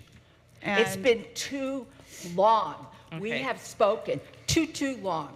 Not acceptable. No, I'm definitely taking into account everything you're saying, because as a homeowner, I would be upset too, so I understand. Okay? And I have pictures. I don't know what Paulette was looking like last week. Well, and I'm sure it changes every day or every week, you know, well, I'm sure, they can't. They have a ton of shit in the backyard, excuse my language, and they dump. I hear everything. My office is in the back, and I even work late at night, so I hear everything. And to have a crying dog in the back when I'm an animal lover is untenable. I can't focus on my work. Yeah, no, I'm going to take that all into account.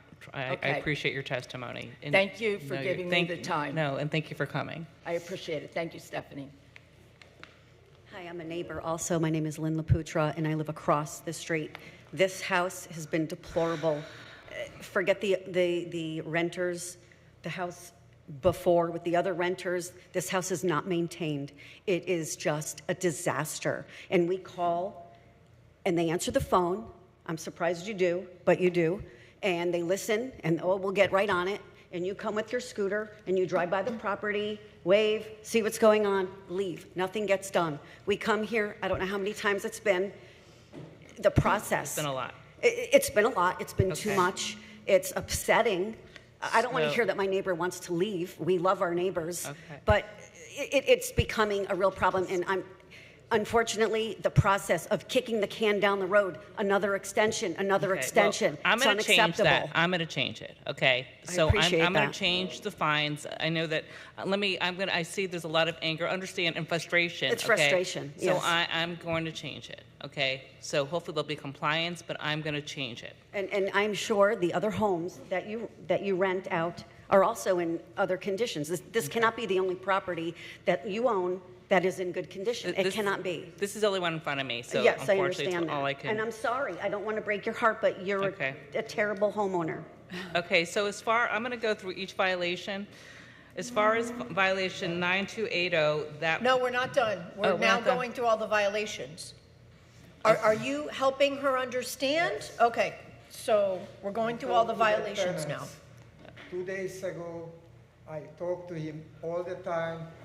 Every time when I talk to him, the neighbor called the police came, don't find nothing. Okay, but you know what, pictures speak, let me say something, pictures speak 1,000 words, as do all the neighbors, okay? So when you have 1, 2, 3, 4, 5, or four neighbors coming to tell us that on a daily basis, a weekly basis, nothing's getting done, that's what all I have to hear, okay? And, you know, the inspectors are limited in how much time they have to come out every single time to your property, and they shouldn't have to come out so many. There should be compliance. Okay, so I'm going to continue the fines, but I'm going to increase the fines. Okay, so as we speak now, the violation 9280 has a daily fine of $50. That's going to continue. The fine of 9305, I'm going to raise that fine to $100 a day. Violation 1812A, I'm going to raise that fine to $100 a day. Violation 9280H1, I'm going to raise that to $100 a day. Violation 2427B, I'm going to raise that to $100 a day. Violation 9306, I'm going to raise that to $100 a day. If I had more discretion, quite frankly, I'd be raising it a lot more money a day. Okay, I'm just, this needs to get in compliance. Okay, you're collecting rent, and you have residents that are in the neighborhood that can't enjoy their home, and that's not fair. You're not living there, so you're enjoying the fruits of having a home, but everyone else's right to have a home that they can enjoy is being affected by your tenant. Okay, so I expect you to get in compliance. Your fines are going to continue, and they're only going to get worse. Because if you come before me again, which I am going to have, let's see, I'm going to have you come back in 35 days because I want to see change. Okay, so I'm going to have on February 29th, I want you back here for another appearance, and if I see that at that point there's no compliance or moving towards compliance, we're going to raise the daily rates again. Official people over there, they take pictures in and out, they don't find nothing. Okay. I cannot. Okay, I disagree. I've heard it. So with that in mind, you're going to come back on February 29th for a progress report. If you continue to have these same violations, there's no progress, these fines will be increased. Okay? But right now, they are being increased. So thank you for your testimony. Please come back February 29th so that I can hear whether or not there's any type of progress towards compliance, okay? So she have to evict that tenant? That's what you mean? I can't tell you what to do. You need to get in compliance. If that means evicting your tenant, then you need to evict your tenant so that these homeowners can enjoy their home as much as your tenant enjoys his home. But when the official people don't find nothing, I don't get it. Sir, all of these violations have remained non-compliant. So the exterior, the yard, everything that's already been cited and heard before, it remains in violation. These people just don't like that people. That's not true. Okay, we're going to agree to disagree. You have a new order. I really suggest that you get into compliance. What we have to do or what we can do? Absolutely. Supervisor Bass for the City of Fort Lauderdale. We can definitely arrange to meet you back at the property. We've been to the property on several occasions. I'm over here. We've been to the property on several occasions. I myself, along with law enforcement, has been there. We can definitely arrange to meet you back out there again to go over all of the violations that all of the violations on the property. But note that this is also sent to your address that is listed on Broward County Property Appraisers. So whatever address that you have on Broward County Property Appraisers, you're getting official notices to that address letting you know what violations are on the property. Okay? And we'll meet you there. So just for clarification, Magistrate, we're imposing the current fines amount as of today and then moving forward with imposing a greater amount of fines based on the violations that you've cited. Absolutely. Okay, thank you. Thank you.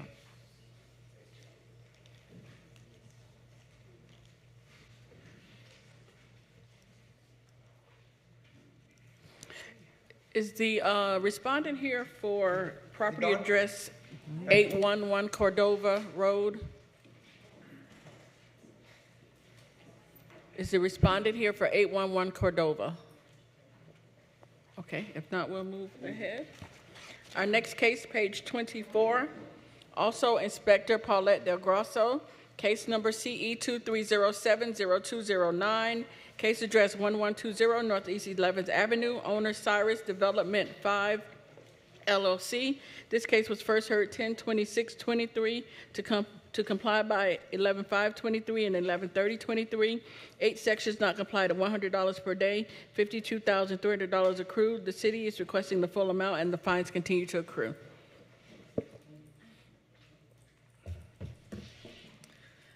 Good morning, Inspector Del Grosso for the city. The case and address are as read. Well, this is a morning of surprises because I have not seen you at a hearing prior to today's hearing to impose fines, nor have the two properties come into compliance in any way. Okay. So the city requests full imposition of fines. Okay, good morning to you all. My name is Eric Pintar, and I'm the owner of the two properties, 1120 and 1130. I met with a city inspector last year, don't remember what month, but at that time, my wife had been diagnosed with uterus sarcoma, very aggressive cancer. And April last year, she began chemotherapy followed by radiation, and ended all her therapy by September, October. In the meantime, trying to get my family together, my daughter traveled abroad, and of all the outstanding issues mentioned on the documents sent forth, and when I first met the inspector, can't remember his name, he said that he'd work with me. I explained the situation, yes, and basically there were 10 to 15 fence boards missing on a 325 long perimeter wooden fence, some of which had been removed accidentally by the job site at the rear of a property.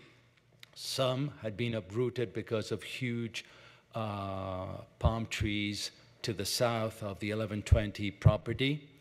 There were pine needles on the roof of one of the properties which I swept and carted away. There still probably are some debris, just like the Alexander palm fronds, which during hurricane season kept on blowing and blowing.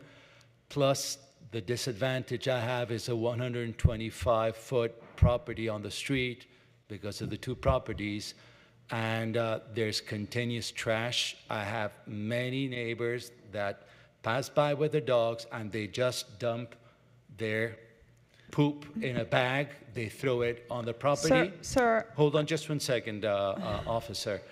I had a canopy on a vacant front property on 1120, which would be the 1120A.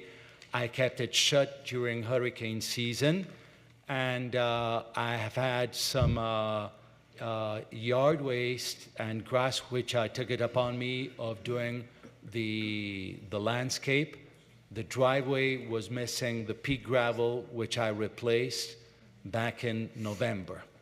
I'm willing to cooperate with the city.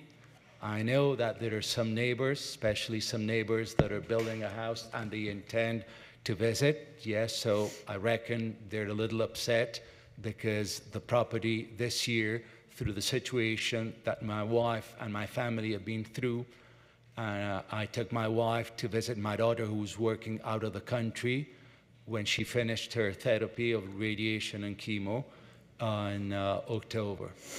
That's all I can say. I'm willing to cooperate and get the property in a nice condition as it should be. Thank you. Of course, my sympathy regarding your wife's health, but I would like to note that I've been to these properties approximately 3 times to post notices. My information is listed on those notices. I've never heard from you. The person you spoke with was Officer Jean-Claude Noel, who conducted the initial inspections on my day off. And he has never told me that he has spoken with you. You've never either either by phone or email, or he would have passed that information on to me. Your Honor, my apologies for not having the photos available because this is a Massey hearing. It's already been heard.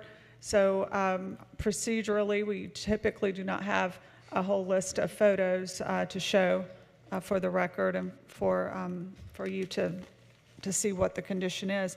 The neighbors on the street call these the scary houses. They've been like that for a long time. Over the years, I have cited at least a couple of times for various reasons, and you would do the very minimum to clean up what was cited at the time. But Officer Noel, rightly so, just threw the book at you for these properties. Everything needed to be looked at. The exterior, I mean, this isn't just a matter of some boards missing from a fence. Both of these properties are rental properties that are completely neglected. They're dark, they're scary looking, they're overgrown. The exteriors are stained. Scary. That's what the neighbors call them. Supervisor Bass for the city of Fort Lauderdale. This is a hearsay just because the neighbors call it scary. Yeah, I don't have parked cars. I don't have trash. I don't have television sets. I don't have They're simply leftovers. neglected. They're not up to the standard of the other homes on the street. Supervisor Bass for the city of Fort Lauderdale. Just want to clarify that you're correct. What we're dealing with at hand here is what the current violations are on the property.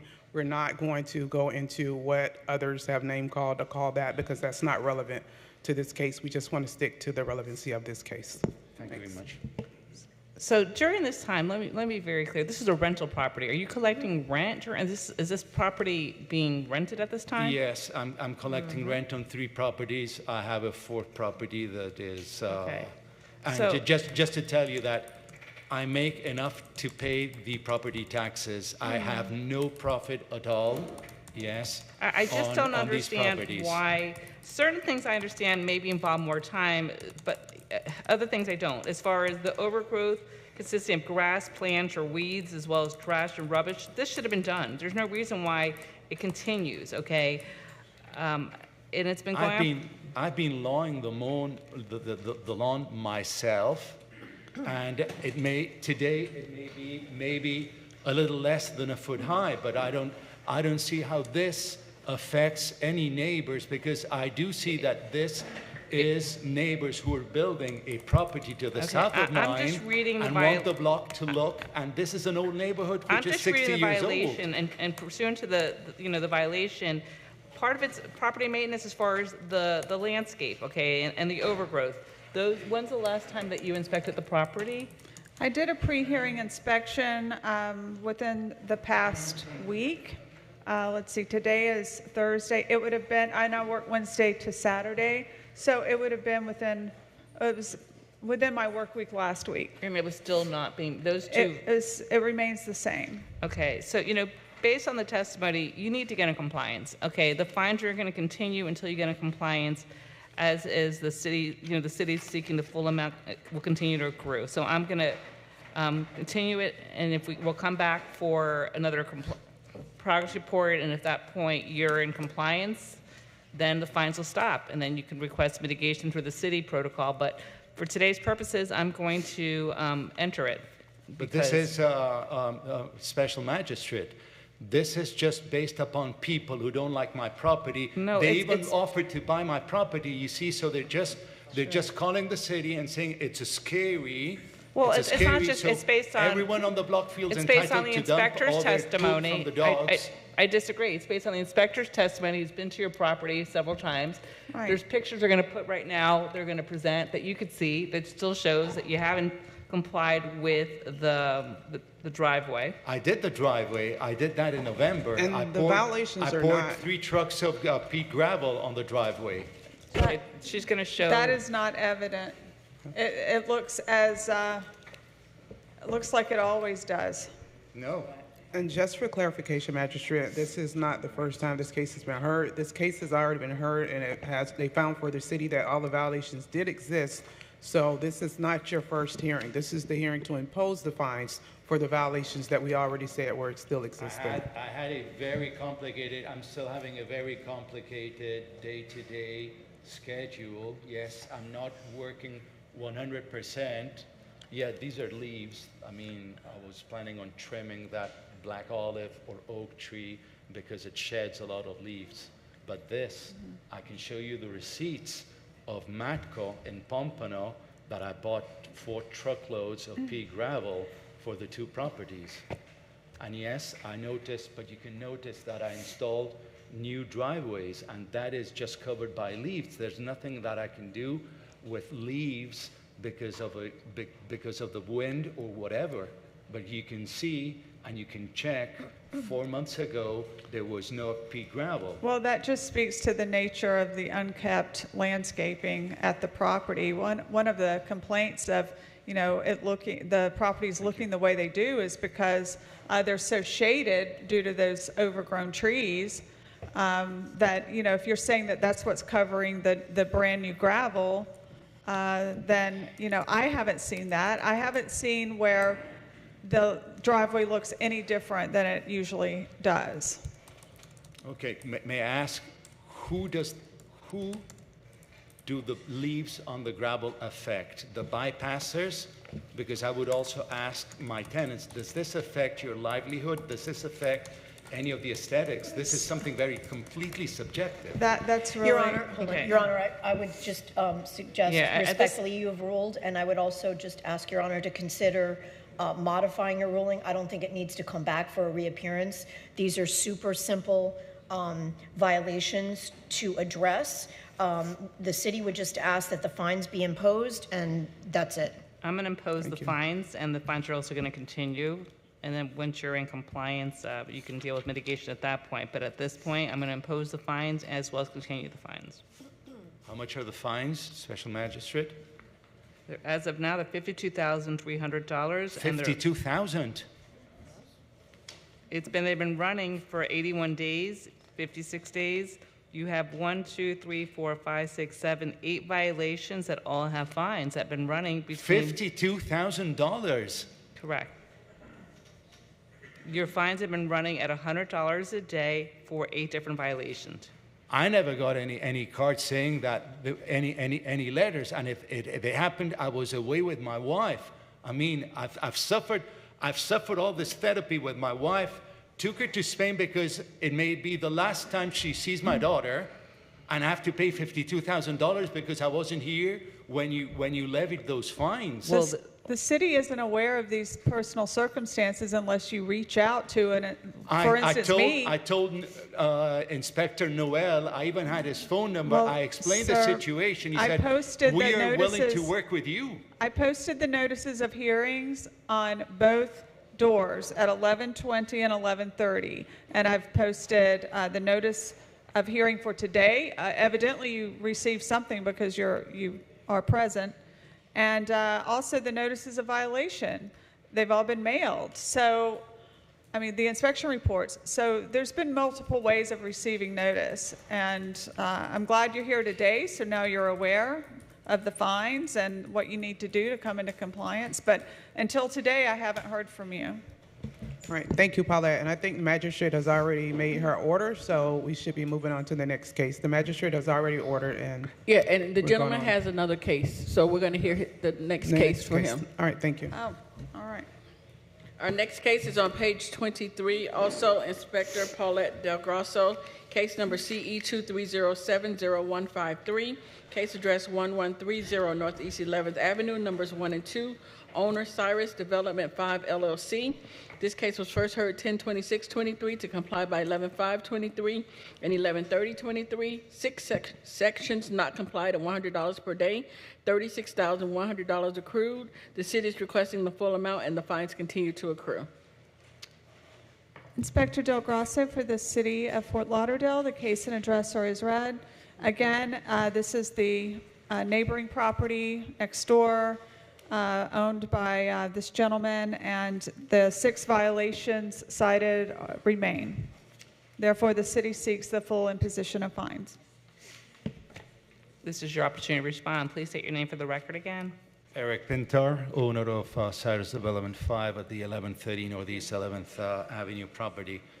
Of those 6 fines you mentioned, officer, one was regarding some roof eaves which were replaced. I guess those were missing. And a plywood board was also on one of the windows on the 1130 property. That was removed at the time that Inspector Noel showed up. He saw me mowing the lawn, and I showed him that I'd already installed those roof eaves. There's no roof violations that are in this one. Correct, and Okay, there's but then nothing on the other one, and a if it was like a wood, hurricane shutter or something, that's that not. was removed from day That's not one. even cited among these 6 violations. It was cited on the one he hand-delivered to me.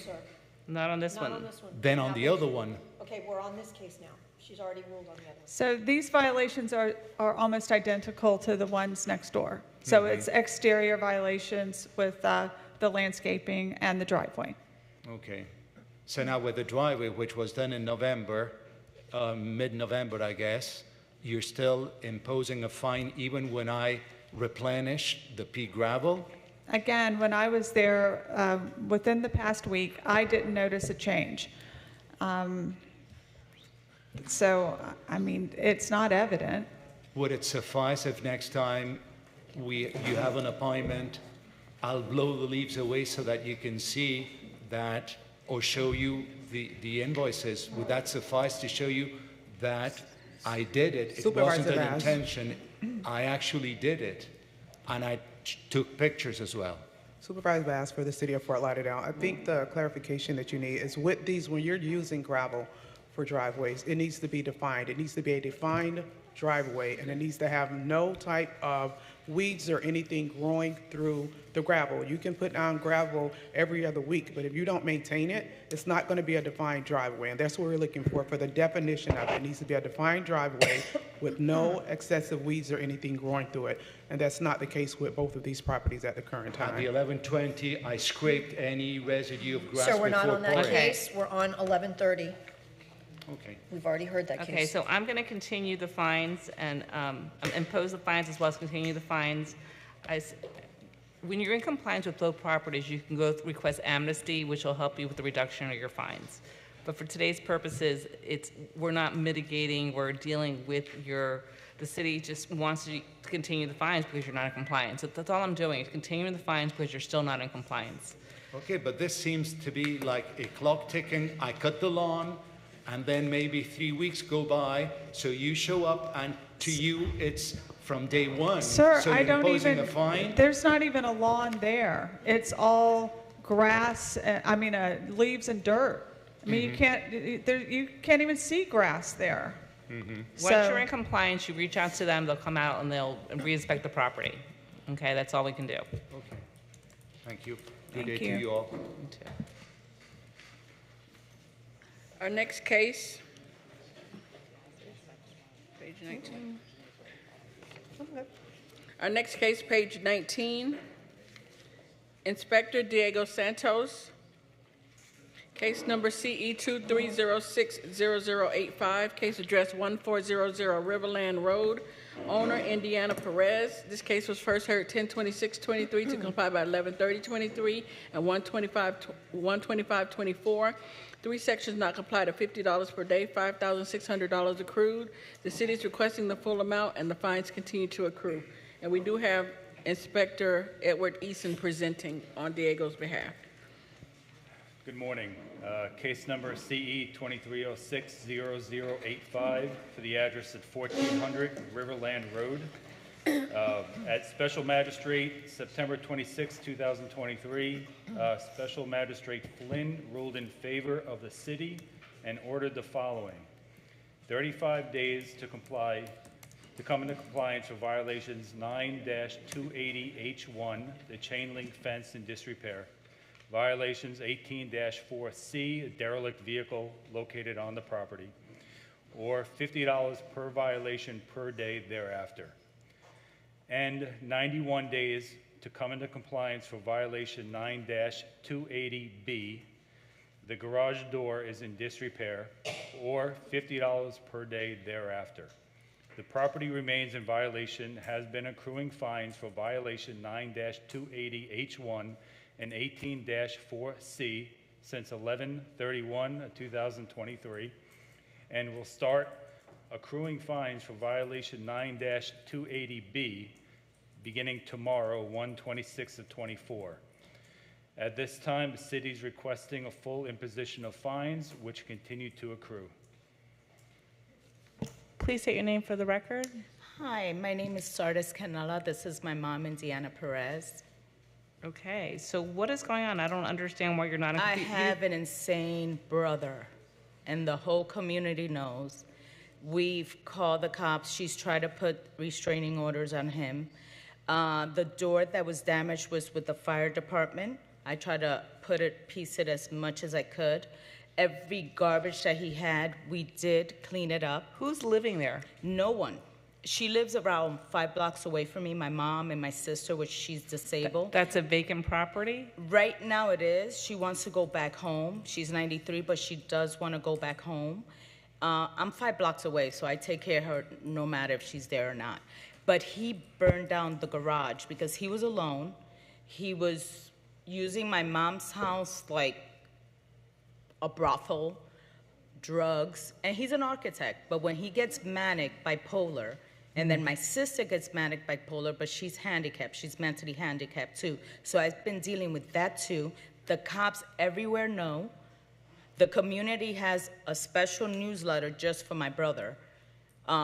They took him away, and they released him soon as I was trying to start fixing that. I'm afraid of my brother, okay, since childhood. And unfortunately, the cops don't communicate with the city. I was afraid to go to this property because he does attack me. And we cleaned up. I spent about $4,000 cleaning the whole garage because he burned it down.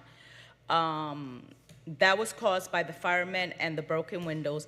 That was caused by FPL, which I don't have a problem fixing that. I'm just afraid to go to the property. I know, but we need to do something. I know. And so, unfortunately, it sounds And we all girls. What? We all girls. I have 2 girls and a granddaughter. I understand, but there needs to be compliance so the fines are going to continue to run. I mean, right now it looks like that. We do have the lawn mowed, but even the lawn man calls me when he's attacking him. So if they remove the fence, would that be compliance, right? Yes. So the Remove the easiest thing is to remove the fence. I mean, that would be an easy fix. Yeah. And if none of the debris. It was a lot of debris. I know, but right More now than that. you have 2 violations that are outstanding. You have the fence and you have the car. All you have to do is remove the car. How about the garage door? That's what I thought it was. It's the third one. It's the last Oh, okay. The car, I mean, anybody who wants a Corvette, I could probably get it towed. I mean, this should have it's been a done. classic. The other 2, the 2 violations should be done like yesterday. Removing the fence and removing the car. Like I said. That should be a non-issue, those 2. He was in jail, and I have a restraining order in my house. It's 5, and he showed up, but my daughter was washing her car, freaking out. So they let him go after arson, after doing so much stuff. The house was even raided because the neighbors call me. I understand. We just need compliance. So we want to work with you. We understand that you're in a bind, but somehow or another we need to figure out what's the best way to get compliance because it isn't Having fair the to your cops neighbors. work in the house, maybe having cops. I'm afraid of him. That's the problem. Okay, we can't. That's a personal matter as far as the police. I mean, he was in jail and they let him out. I thought he was going to be there for at least a year. Okay, I need you to get the chain link fence taken down. Okay. I got a guy that wants to buy the car. Oh, okay. I need the Sorry. chain link fence out. Okay. Okay, so those fines are going to continue. Okay, I need you to get it out. Okay, the chain link fence is going to continue as well as moving the derelict vehicle. These are easy fixes. You could do it tomorrow. And as far as the the garage door, I'm going to give you additional time, okay? The Okay. fines are supposed to start tomorrow. I'm going to give you another 35 days. Okay. It should have been done already. Oh, do I need a permit for that? Does you need a permit? Right, to remove? No. It depends on what type of repair you're doing with the fence. If you're removing a fence, you don't need a permit at all to remove it. If you're putting down any additional posts, And FPNL yes, did for the that. front doors and windows, you need permits. If you're repairing or replacing them, yes. How much time do you need? I see you're helping her, so how much time do you? I don't know him. Sir, can you come up? Can you come up if you don't mind? And state your Okay. name for the record, please. Thank you.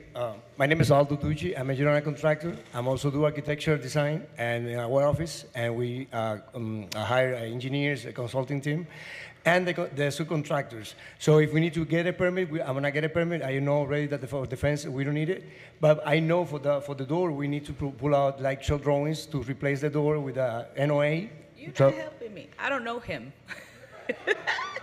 I have no idea. Are you gonna?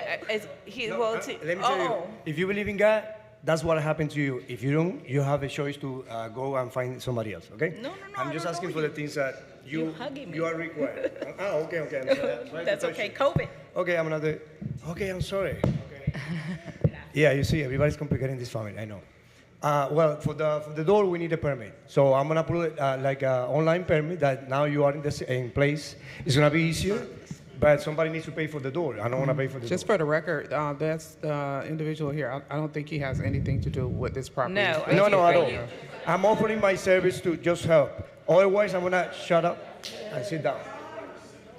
Okay, so, but thank you. That was very kind. Okay, so. Oh. Espérate, mami. Okay, so let me reiterate. I'm going to continue the fines on 280H1 at $50 a day. I'm going to continue the fines at for violation 18-4, $50 a day. I'm going to give you additional time on violation 9280. I'm going to give you 63 days. Okay, that's it. It's against my better judgment, but I'm still going to do it. If you're, No, and I'm sorry with the holidays and everything, it just got complicated. So you have until March 28th to get in compliance for that violation, or a fine of $50 a day will start for that one as well. That's for the garage door? Correct. Okay. Okay, so you have 3 fines that are currently running. Okay, you're gonna have, I mean, there's I'm 4 sorry. fines? I'm sorry, you have 2 fines and 1 that will run if you're not in compliance, Okay, and okay? how much does she owe on the other And 2 fines? as of now, she owes $5,600, okay? $5,600 for a Correct. It's- 93-year-old? That's insane. Insane. Usted debe $5,300 por no arreglar una puerta que los bomberos lo rompieron y una fence que FPNL la rompió. So, Okay, so I'm granting the city's full request, and I'm also I'm granting the fines to continue, plus the new date. Entonces, ¿qué pagar cuánto? casi $6,000 por no arreglar la fence y no sacar el Once you're in carro. mitigation, you can request amnesty. It's okay. Once you're in and you're in compliance, you can request amnesty, but not until that time. You need to get into compliance. Okay. That's a shame. All right. All right, good luck to you. Thank you.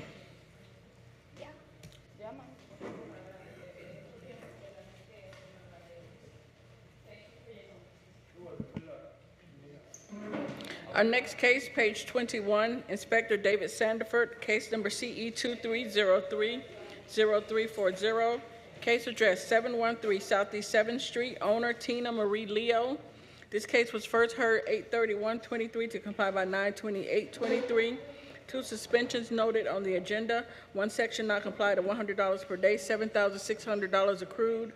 The city is requesting the full amount and the fines continue to accrue. 1 clarification, the total is $2,700 accrued. Good morning, Your Honor, ladies and gentlemen of the panel. I'm gonna have the city go ahead. first.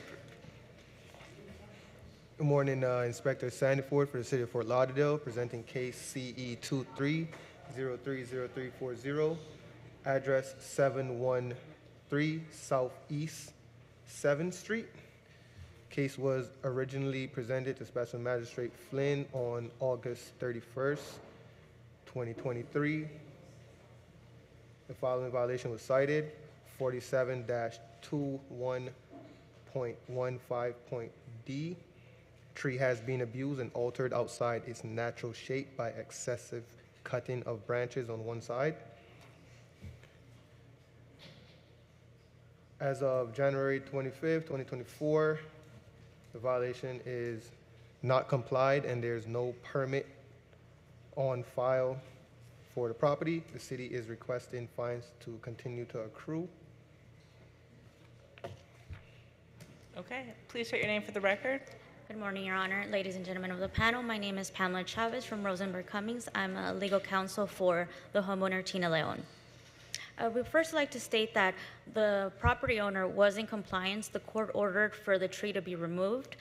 Immediately, right before the date of compliance, my client hired a certified arbiter, applied for a permit, and had the tree removed that same weekend based on the court's order and determination that the tree possessed a danger to adjacent properties. After the fact, so we would like to clarify that my client has been in compliance of the tree removal since September of last year. Right now, we're currently dealing with after the fact permit, which the city of Fort Lauderdale has classified the tree as a specimen tree. The certified arborist that cut the tree stated that the tree is not a specimen tree. It's not a specimen tree. We've requested from the city of Fort Lauderdale, specifically with Ms. Hahn on the last hearing, Ms. Hassan. She said that she would assist in providing the evidence, the arbiter report or procedure on how the tree was determined to be a specimen tree in order to impose a $25,000 penalty on my client. To date, immediately after our prior hearing, we contacted Mrs. Hahn. We've contacted many people from the landscape department and haven't received any documentation or any proof or any certified arborist report to show that this tree was a specimen tree. Excuse me. Special Magistrate Supervisor Bass for the City of Fort Lauderdale.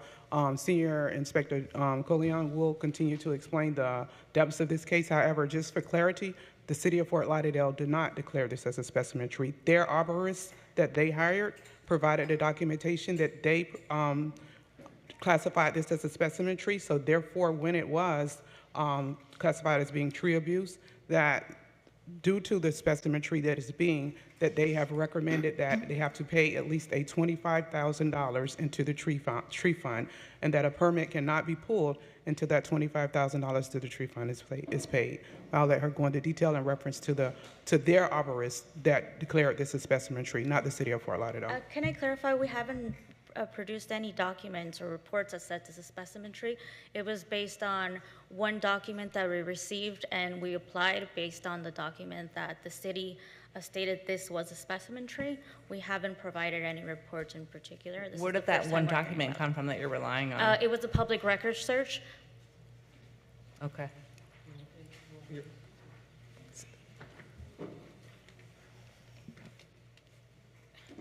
Good morning, Senior Inspector Caloyan, City of Fort Lauderdale. So myself and Inspector Sandiford went and spoke with landscaping yesterday. We spoke with Robert Fisk. He was kind enough to give us a document here that talks about the arborist report that was submitted by William Granda. Oh, yes, that is William Granda. We were advised that that's the arborist, a certified arborist for the City of Fort Lauderdale. So when he gave us this report, he was explaining to us that a specimen tree the money has to go into a tree fund when removing a specimen tree. So, and he has the document here which we can provide for you for the evidence. And basically, any specimen tree that's removed, the money goes into a tree fund. The tree fund is up to $25,447. So until that's actually paid, we can't comply our fines because it's in non-compliance. So the compliance is to pay the tree fund. You were testifying earlier, or you're stating earlier that you removed the tree, and because you removed the tree, you're in compliance. Where did that information come from? It was based on the docket information for this case. You were able to, it was in a sealed docket where you were able to provide that it specifically stated the property owner was ordered to remove the tree by a specific date in September, which my client did, or else fees would be imposed. So, Your Honor, a couple of clarifications for the record. For the record, Ronald Montoya Hassan with the City Attorney's Office. Certainly, as Your Honor can appreciate, the special magistrate would never order the removal of a tree without, or the remediation of any property without following the proper process. So, if a tree removal permit is required, then the property owner would have to seek that tree removal permit prior to removing said tree. So they were not in compliance because they removed the tree without the proper permit. William Granda is not an employee with the City of Fort Lauderdale, so I'm not really, I'm sorry to Yeah, interrupt. So, to clarify, when we were speaking to him, I believe this was when they were doing the original plans because the house was being built. They, this was part of the plans where they have to say what's going on with the trees or whatever have you. So they were saying that the tree originally was in the plans. They actually cut out a part of the roof I guess, for the tree to remain. And there was something wrong with the plans or whatever happened, so the tree was in the way. The owner cut half of the tree, the roots, everything, and the tree, that's where the abuse came from. And then ultimately the tree had to be removed because the tree was no longer, you know, it couldn't sustain. Once you remove a side of a tree like that with that type of root system, it's imminent of toppling over. So because of that, the tree was removed. So they were cited for that, and then they were told to either apply for a permit or put into the fund. So as I was stating earlier, when we spoke to Landscape, and they said for specimen trees, you cannot, you have to pay into the fund. That is the only option. So until that money is paid, we can't comply our fines for the violation. So there was never an order from the prior special magistrate telling them to remove the tree then? No. It was just to get come into permitting. compliance. Right, get in compliance. To come into Correct. compliance. We were here last time with the citation, if I'm not mistaken, correct? I'm not sure if it was citation, but there's already been a finding, Your Honor, that the violation existed. And again, it's not in compliance because the complete process, while the tree may have been removed, it required a permit to remove the tree, which, as counsel has accurately stated, now is an after-the-fact permit because the tree was removed without a permit. Sent different emails Your to Honor, this to the- information was found in the portal access, the docket for this this particular code violation. Since my last hearing, the complete case number has been locked out, so I'm no longer able to see any of the progress or the comments from any of the inspectors for this particular case. So That was locked. She's correct, attorney and magistrate. She is correct. That case was locked to not allow any further progress. The reason why Bert Ford, which is the zoning administrator, he put a lock on that case because he wants to ensure that no permit is issued until the $25,000 is paid into the tree fund. Okay, so what is your client doing about that fund then, that what payment? what we're requesting is the certified arborist report that classifies this tree as a specimen tree. And what I spoke also with William Granada because landscaping gave me their contact information. It was my understanding that he was an independent contractor for the city of Fort Lauderdale. I'm just hearing right now that it was based on different information. I have spoken with Ms. Hassan and requested this this documentation. I have not yet received anything from my client or for our firm to be able to review. And again, Your Honor, again, for clarification, I've sent numerous emails from the director of DSD to the landscaping, to the zoning department for counsel to go in and meet with those individuals. I don't have copies of the reports. I'm not the keeper of those reports. I've given her the access to and identified the appropriate individuals that need to be met with to discuss the issue of the tree fund, the classification of it as a specimen tree, which again, and the $25,000 payment, which is again outside of the purview of the magistrate. That's part of the regulatory permitting process. And that is correct. And I have personally called multiple times to Robert Fist and the other gentleman that Mrs. Anna has provided. Also, the partner of Rosenberg Cummings, Casey Cummings, has also made multiple calls and requests and emails.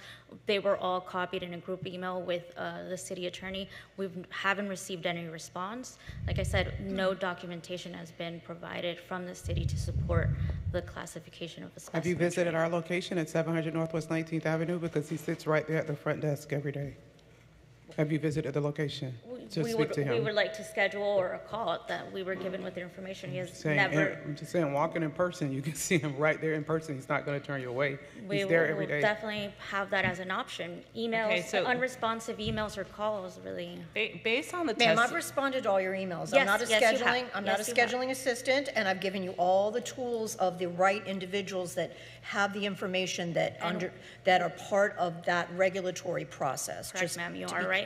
And we have. appreciate that. And we have contacted them and not received any response. okay, but it doesn't fall back on the city attorney. I mean, you know, it's not her obligation to provide, it's the records that you're seeking, okay? Yes, but in order to impose a $25,000 fine, the city should be able to have a report or have any alternative, an alternative option to resolve this code violation if the tree is just not classified as a specimen tree.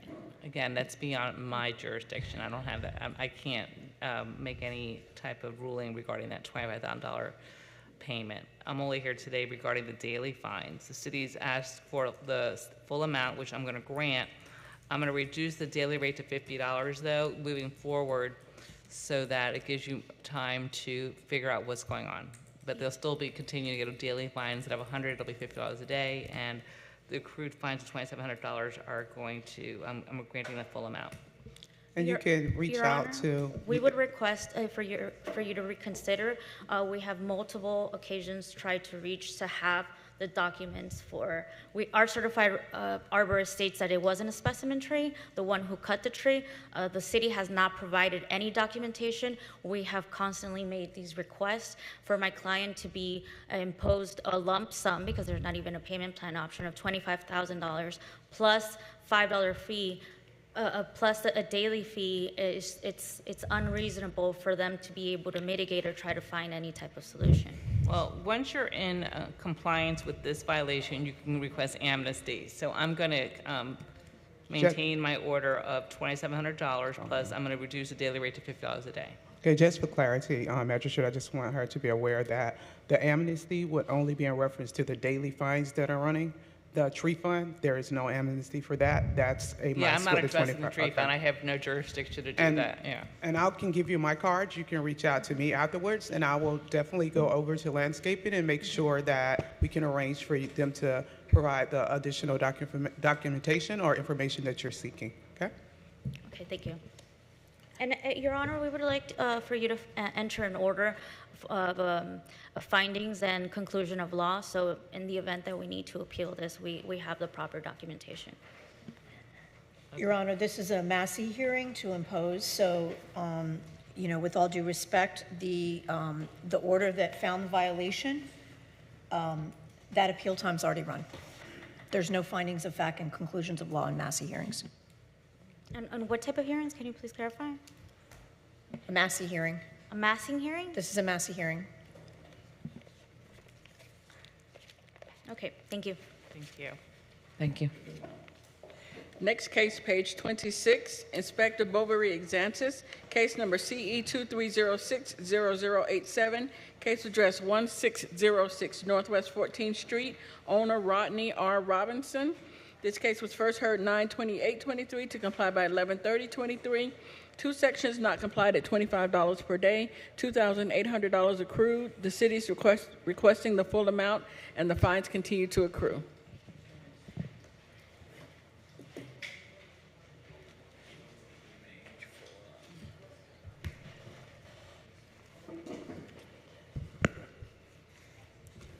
Good morning, Your Honor. Officer Exantis on behalf of City of Fort Lauderdale Community Enhancement. Case number CE 2306 0087. Property address 1604 Northwest 14th Street. At this time, property is in compliance. The city is requesting all fine to be imposed.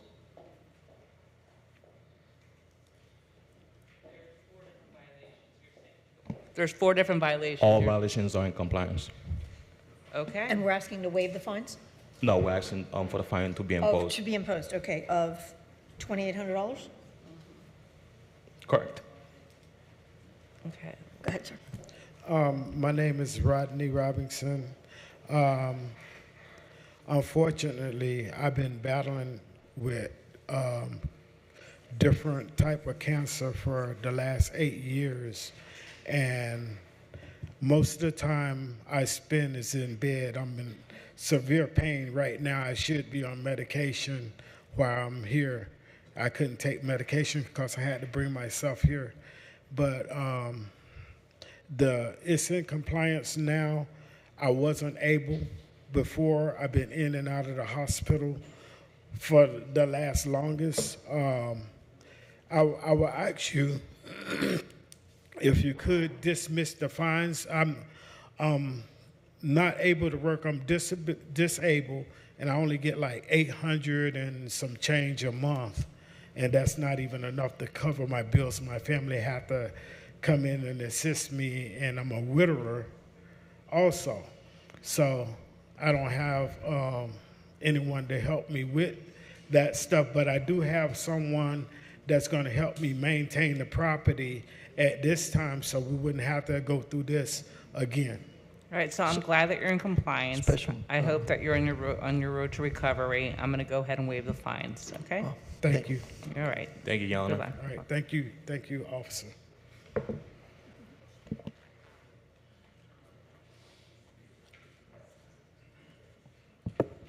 Our next case is on page 4. Inspector Jeffrey Lombard, case number, I'm sorry, Bover, you have another case. Our next case is on page 27.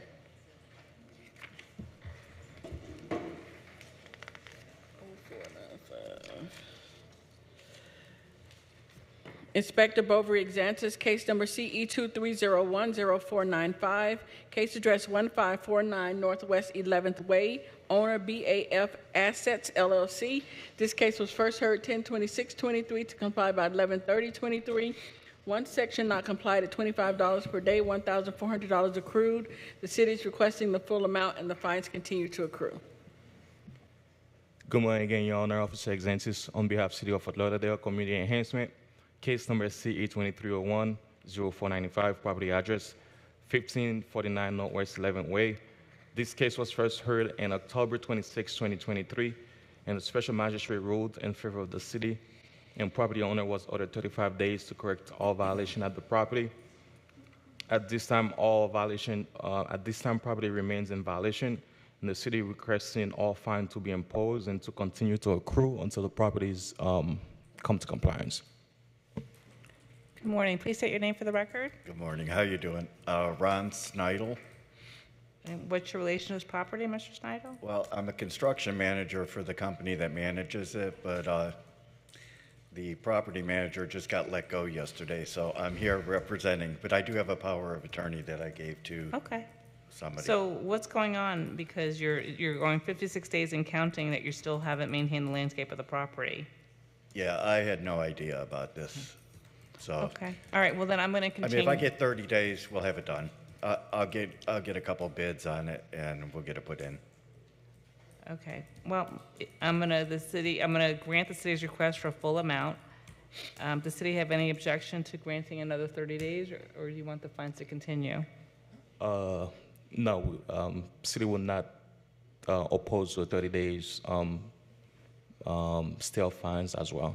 All right, so I'm going to grant the $1,400, and then I'm going to, I'm sorry? No, well, no, I'm saying it's $1,400 that I've accrued, so I'm going to grant that, and then I'm going to grant another 35 days to get into compliance. So it'll be a February 29, 2024 compliance date, otherwise $25 will restart. Okay. Okay. That Thank was you. easy. Can I get a card?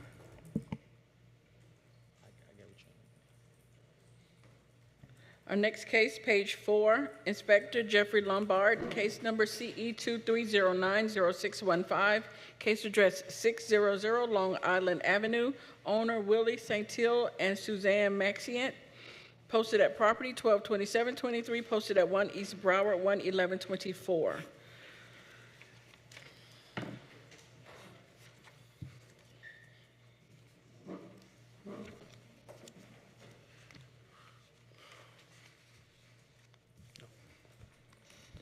Good morning. Good morning. I'm Inspector Jeffrey Lombard for the City of Fort Lauderdale, presenting case number CE 23090615, address 600 Long Island Avenue. An initial inspection was conducted on 9/21/2023. The following violations were cited: 18-4C, derelict vehicle on the swell on the property. There are multiple derelict vehicles on the property on the swell. Was complied. 9-313A, address number in violation is complied. 9-304B, driveway maintenance, lawn, parking on the lawn, complied. 18-1, public nuisance. There were doors on the property creating a public nuisance, being unmaintained. The property may be reasonable, infested of inhabited of rodents, vermin, and wild animals, may flourish bleeding of places for mosquitoes, or threatening in danger of the public health and safety and welfare, may severe affect and impair the economy, welfare, and adjacent to property. There are tires were collecting water in front of the property and bleeding places and mosquitoes. 9-280B, building parts not being maintained, it's complied. An inspection report was posted to property and mailed to a copy of mailed to the property and listed in Broward County Property Appraisal. A reinspection was conducted on 10/07/23, revealing the property still remains in violation, which the case was included for a special magistrate hearing. A pre-hearing inspection was conducted on 12/27. Property remained in violation. I have communicated with the owner throughout the process. Today, the city is requesting 35 days to comply, or a fine of $50 per day, therefore, after each violation.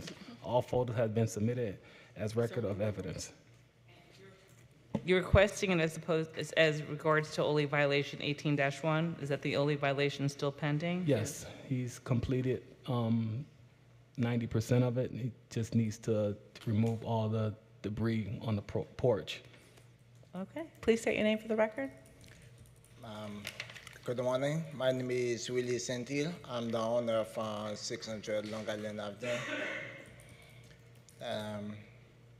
I'm here today, like the officer just said, there was some issue with the property, some debris and things like cars being parked in the store, and I had moved pretty much everything. Right now, I just need a little bit more time to finish and complete everything.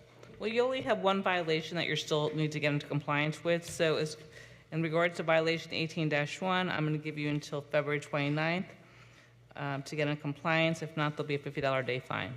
I will take care of that before that time. Then as soon as I'm done, take care of it, I'll give him the officer a call back so he can come re-inspect it and let me know how is everything. Okay. Special Magistrate, Julio Davila, Co-Compliance Supervisor. Could we change the fine amount from 50 to 25? Absolutely. Okay, I'll change it to $25 a day. Thank you. Thank you. Let me ask you one thing I misunderstood or I didn't get that clear. Did you say something like a certain amount?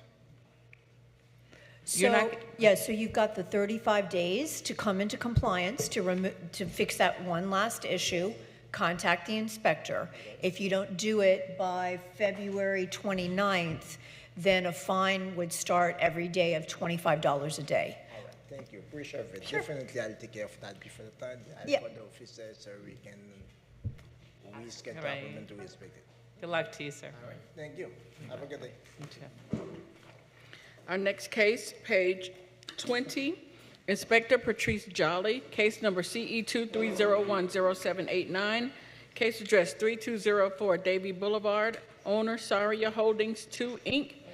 This case was first heard 7/27/23 to comply by 8/6/23 and 8/31/23. 2 suspensions noted on the agenda, 2 sections not complied at $150 per day, $17,550 accrued, and the city is requesting the full amount. Good morning, Your Honor. Senior Inspector Patrice Jolly for the City of Fort Lauderdale, presenting case CE 23010789 for the property located at 3204 Davie Boulevard. This case was last heard on October 26, 2023, where the magistrate granted a 21-day extension for violations 47-19.4.d.1. There are multiple dumpsters stored on this property without adequate dumpster enclosures. 18-12.a. There's overgrowth, trash, rubbish, and debris on this property and or its swale. This particular violation is a recurrent violation of case CE 2107-1071. City records show that a permit to install fencing around the dumpsters was issued on October 4th, 2023, but as of January 18th, 2024, no progress has been made. Trash and litter continues to be an issue at this property, particularly around the dumpsters and the surrounding areas. The city is requesting that the fines be imposed as read. Okay, please state your name for the record. Yes, my name is Aldo Ducci. I'm a general contractor and acting as an owner representative from the property owner. I've been in contact with Mr. Patrice about the process. We have been trying to get this permit going. So when we applied for the permit was in the last, we recently applied for the permit when we came to the last meeting, the last hearing. So at that time, we were waiting already for the comment from the city. So the city took a while to provide comments, and then all the departments provided additional comments that includes the survey of the property to be completely ordered. That took us until January first week to get it done because 15 days of the holidays or whatever, and negotiating with the surveyors to come because he said only for the 5 dumpsters we needed the whole property because they requested to have the building be in place in a site plan, and also the dimensions relating to the property lines to the existing building before we can provide an existing a new site plan that they requested. That we need a confirmation from the survey before we can work on that. So that the work that took us to complete the process, going back to the city to resolve all the comments, took us, put us in hold only for the survey. So it took us only a week to come back to the city after we got the confirmation from the survey. That happened the first week of January. Then we got a week, we put together all the plans, and it took another week for the city to approve it, and we got it approved 2 days before until we get to the meeting. So we consumed all the 90 days that we got, only waiting for the confirmation for the survey, and prepared the rest of the comments that we only took a week and another week to get it approved. But you have the permit now, Yes, right? I have it here. And when does the permit expire? The permit is 6 months from now. So, but we need, the only thing that we need is to order the materials to start working on, because all what you see there was illegal. So my approach was, I'm not going to justify that. I'm going to remove that. I'm going to provide, we provided new structural drawings, show drawings and everything, structural calculations. We got it approved, and we added landscape that we require by the ordinance. We discussed that through the site plan. And then what we need now is to start working in the project. Just to buy the materials will take us probably, we estimate that for the steel that we need, it's going to be 21 days only for that, because the supplies are, inflation, delays, and all of that. So I would say that I think a couple of months will be enough, but we have to pass all the inspections and all that. If you can please, anyways, we are by permit, we have 6 months, but we're going to plan to, finalize before. So when's the expiration of the permit?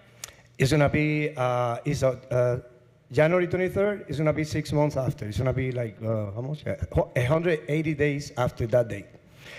But I also running another violation correction in a building that we had to repair the building that was lost the roof because that Hold on, storm. we're only here for the Yeah. trash enclosure and the. Oh no, what I'm trash saying is debris. I'm the one owning the property, so you can blame everything to me. I know, but Right. I can't. Yes. I But can't just- entertain well- that violation because it's not in front of me. Okay, so the Okay, only one okay, we're I'm going to sorry. talk about today Well, is. it's a general culture, you know. Okay, so what I'm going to do is I'm going to grant the city's request for full amount of $17,750, but I am going to now give you. I'm going to stop the fines today and grant you a new compliance date in light of the fact that you just have permitting done. Thank you.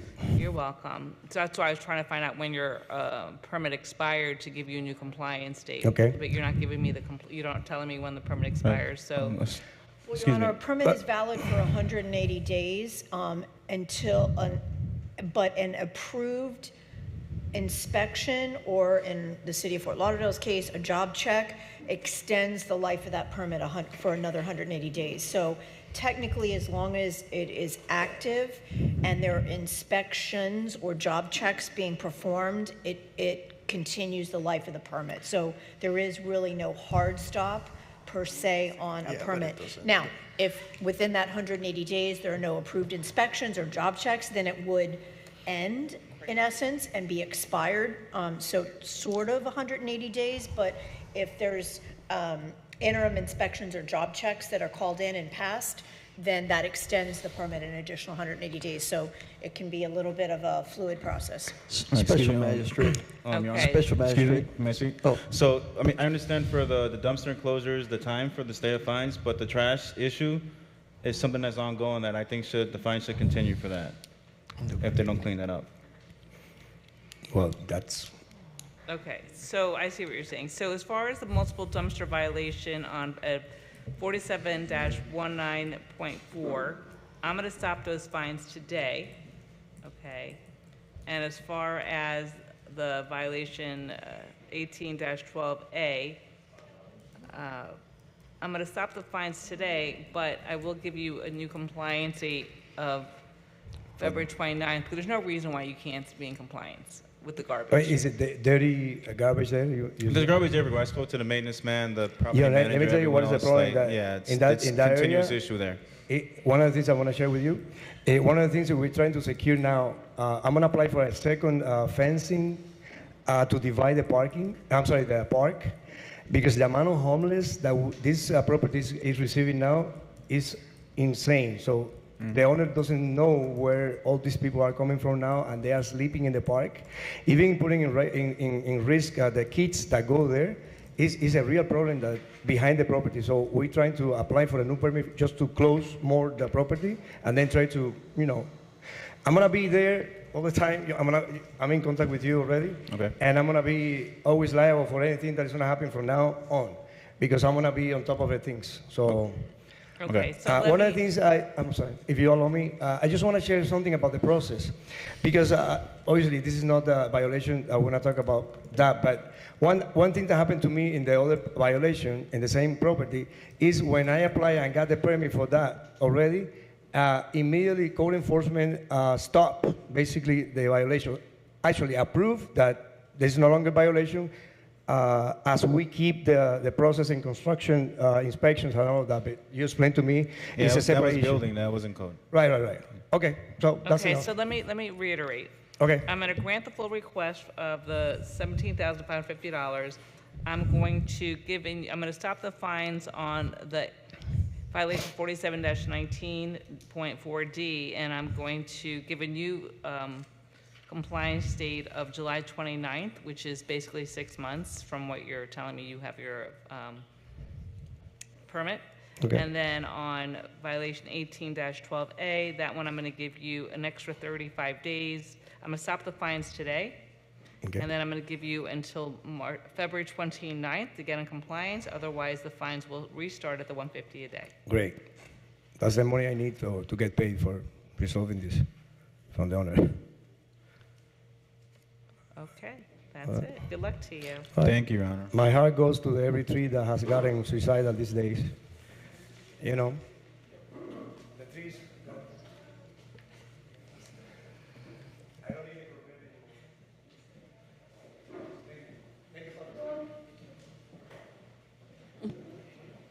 Our next case, page 26. Inspector Bovary Exantis, case number CE 23060219, case address 1511 Northwest 11th Street, owner Lisa Russo. This case was first heard 10/9/28/23 to comply by 10/27/23 and 12/1/23. One section not complied at $50 per day, $4,550 accrued. Three sections complied at $50 per day, $1,550 accrued, for a total of $6,100. The city is requesting the full amount and the fines continue to accrue.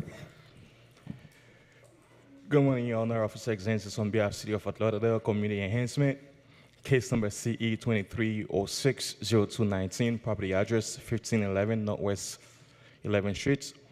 At this time, all violations are in compliance, and the city is requesting all fines to be imposed. Please state your name for the record. My name is Lisa Russo. Okay. This is your opportunity to respond. The city is requesting $6,100 in fines to be imposed. This is your. I don't really understand that. Okay. So First of all, there were 3 things that I was supposed to be in compliance by December 1st. One of them was by removing the cars, which I did. And then the other 2 were to fix my fence and to do my driveway, which I did by December 1st. Okay, so I'll read what it says here. It says that you had landscaping that had not been maintained in a neat and well-kept appearance. There were areas of dead and missing ground. But that was not told to me. So, okay, I'm just reading what the order was. So you had 8 days of that violation, $50 a day. So that amounts to $400. Then you had another violation for the parking facility at this property is in disrepair. The asphalt driveway has cracks, holes, and a blacktop has faded. That one you had a violation for 15 days for $50 a day. That totaled $750. Then you had a violation for there are multiple derelict vehicles parked or stored on the swale or on the property, a black Infiniti with no tag, a black Honda with missing tires and missing parts, or kept in a neglected state filled with trash and vegetation growing underneath. That one you had a fine of 8 days at $50 a day. That was $400. The big fine was 91 days for overgrowth, trash, rubbish, and debris on the property and on the swale for a total of $4,550. That's where they all totaled $6,100. Okay, well, I don't quite understand this because I was given till the end of or the beginning of November or end of October to get rid of the cars, and I did. They were not there past that date. You were 8 days late. That's No, right. I was not.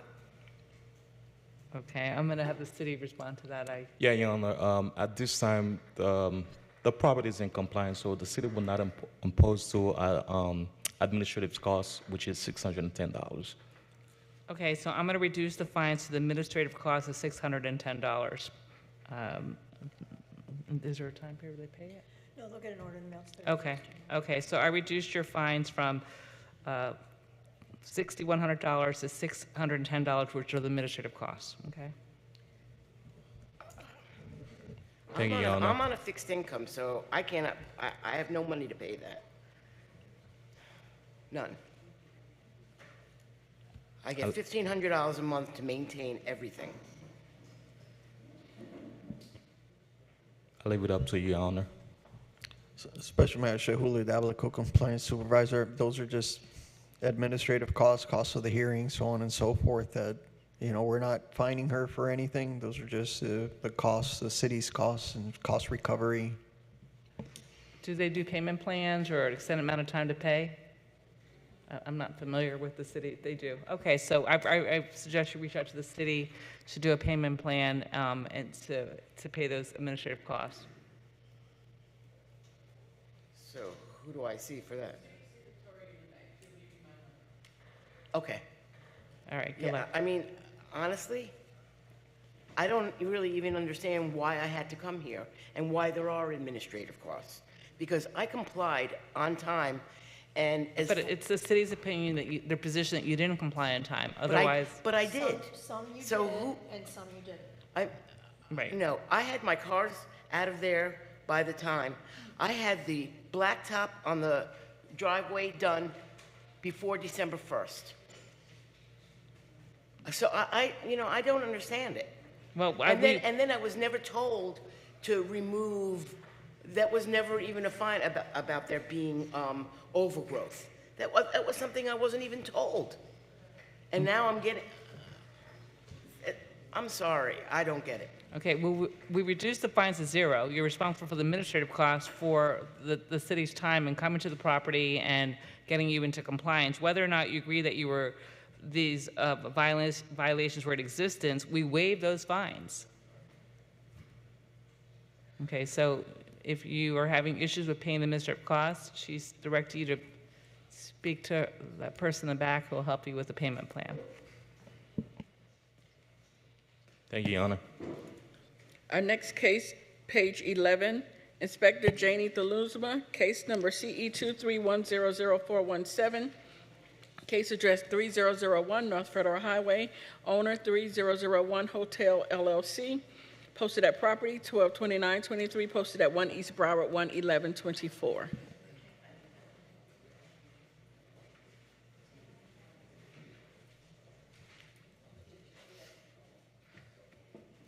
Lucky last. Good afternoon. Code Compliance Officer Janie Thaluzma with the City of Fort Lauderdale Community Enhancement, presenting case number CE 231000417, property located at 3001 North Federal Highway. This property was inspected on March 29, 2023, and the following violations were observed. Violation 1812, there is overgrowth, trash, rubbish, and debris on the front and throughout the entire property, as well as the alley right-of-way. Violations 9-305 is complied. Violation 9-306 complied. Violations 9-280H1. The chain link fence in the rear north side of the property near the alleyway is in disrepair and is not being maintained as required. And a notice of hearing was posted on the property December 29, 2023. A pre-hearing inspection was conducted on January 20, 2024, and the following violations remain. Do we have pictures? Yeah, they should. Yeah.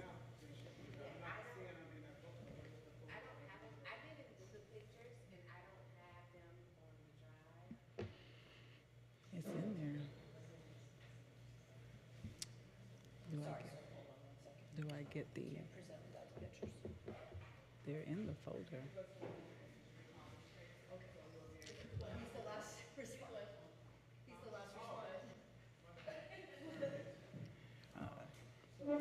Good. So go grab mine.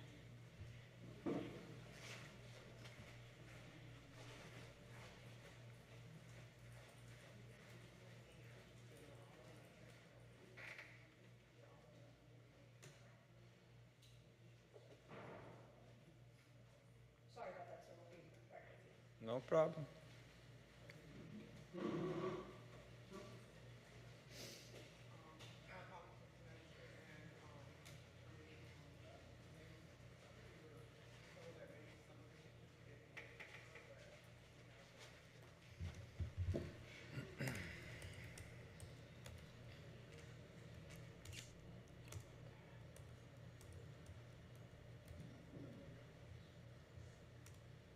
That's my password.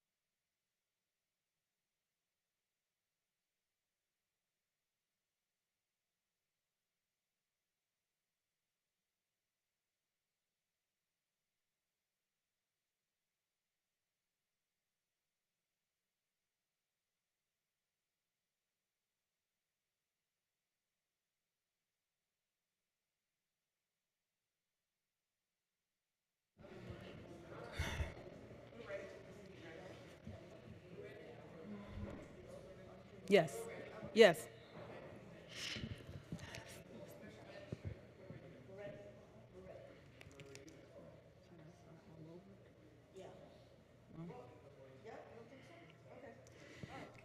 Violations 9-306 is complied. Violations 9-280H1. The chain link fence in rear north side of the property near the alleyway is in disrepair and is not being maintained as required. A notice of hearing was posted on 12/29/23. A pre-hearing inspection was conducted on January 20th, 2024, and the following violations remain as depicted in the photos. At this time, the city is requesting 10 days to comply or fine of $100 per day thereafter for violations 18-12A. For violations 9-280H1, the city is requesting 35 days to comply or a fine of $100 per day thereafter. Okay, so you're requesting on 1812A 10 days or a fine of $100 a day? Is that what you Yes. said? Okay. All right, please state your name for the record.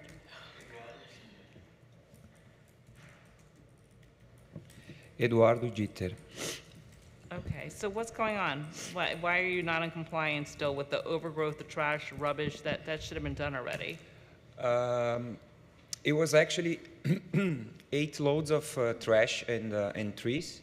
I did 7, but the machine, when it's like a R machine, so when they remove that trash, it still stays, and then I had to do a new pile, but I can get it removed in 10 days. That's not a problem. Okay, so that one I'm gonna give February 4th for compliance or $100 a day.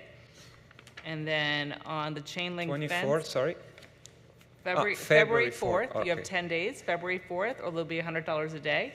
Mhm. And then on the chain link fence, that should have been done as well. I'm gonna give you another 35 days to get in compliance on that one. So you'll have till February 29th, or there'll be $100 a day.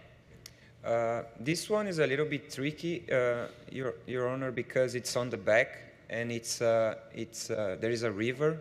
So we have a couple of options there. Removal is not one of them, according to the supervisor. Removal would be the easiest one, but I think it's not possible. Okay. So what are you guys doing to get into compliance for that violation? It's been going on for some time now. Well, I wanted to bring the fence, if I'm going to do a new one, I wanted to bring a little bit further to my property, not because the river on the back, there is some erosion there, and I'm afraid the fence can actually fall to the river. So Okay, if so I'm going to have to do a new one... You need to get permitting then. Exactly. Okay, So how I'm much gonna time do you need? I think a couple months for the permitting.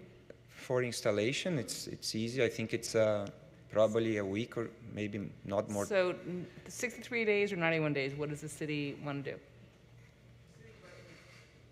City recommendation is 63 days. Magistrate, and the reason being is because a lot of these properties along North Federal Highway has been ongoing issues wherein the community and civic associations have stated that they're not being upkept. So this wasn't something that just occurred. This was something that was already in effect. So we're going to ask for 63 days That's or fine. the fine of $100 a day thereafter. Okay, so I'm going to give 63 days, which will be a compliance date of March 28th, or there'll be a fine of $100 a day. Okay. Thank you. All right, thank you so much. Thank you. That's the end of our respondents. We'll take a quick break, and then we'll go through the non-respondents.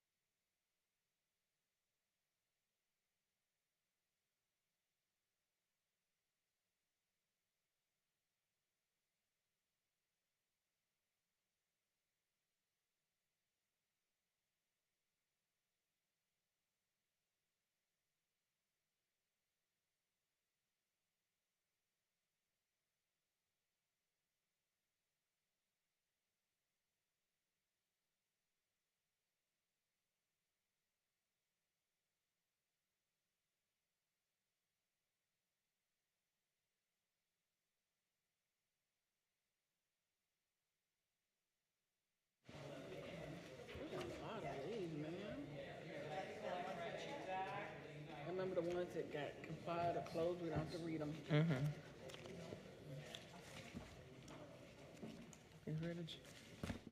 Let's see if they're ready.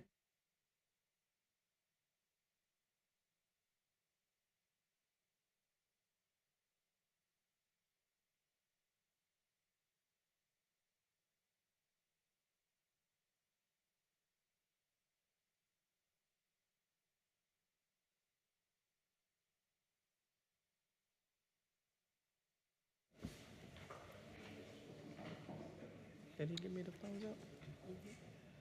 Okay.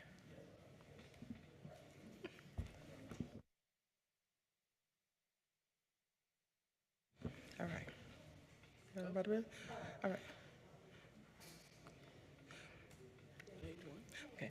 Page 1, Inspector Marco Aguilera, Supervisor Amy Brown presenting case number CE 23090020, case address 1029 Cordova Drive, owner Wigborg Eric J. II, posted at property 1/2/2024, posted at 1 East Broward, 1/11/2024.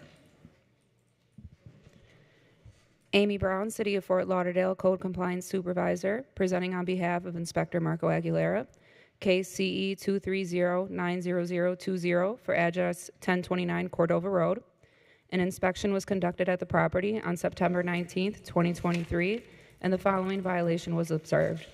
47-21.5, there is no right-of-way landscape permit on file with the City of Fort Lauderdale as required per the resolution adopted by the City Commission. As per the resolution adopted by the City Commission that allows the property owner to install a dock at the city seawall for private use, the property owner shall be responsible for maintaining and beautifying the area in and around the dock area and public swell area, and failure to do so shall be grounds for revocation of the dock permit. It is stated in the resolution that the permit holder shall be responsible for maintaining improvements and landscaping within the dock area and the public swale area. The dock area and the public swale areas shall be landscaped in accordance with the landscape plan approved by the Department of Sustainable Development, a copy of which is presented in the exhibit. Property owner has applied for the permit ENGLAND-231-00012. However, the permit has not been issued nor completed at this time.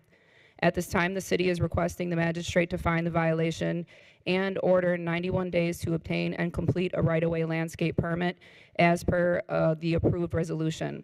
Failure to obtain and complete the right-of-way landscape permit within 91 days will result in this matter being brought before the City Commission for revocation of the dock permit.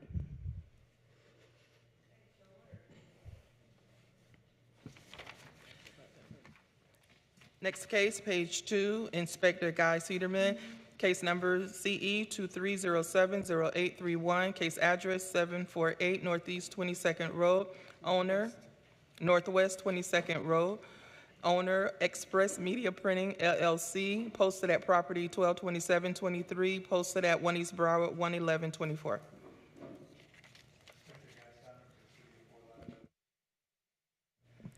Inspector Guy Sidemer for City of Fort Lauderdale, presenting case CE 23070831, address 748 Northwest 22nd Road. Initial inspection was conducted on 7/28/2023 by Senior Inspector Jolly. Upon inspection, the following violations were observed. Violation 1812A, non-compliant. There is overgrowth, trash, rubbish, and debris in the property. This is a reoccurring violation as per case CE 21090740. This violation is being presented to Special Magistrate, a finding of fact whether or not the violation complies. Violation 9, TAC 306, non-compliant. The exterior of the building walls have not been maintained. There are areas of the exterior that have stains and missing peeling paint. Violation 4720.20H, non-compliant. There are parking facilities that are not maintained at this property. That are broken wheel stops at the parking lot, in the parking lot. This is a reoccurring violation as per case CE 21090740. This violation is being presented to the Special Magistrate of finding of fact.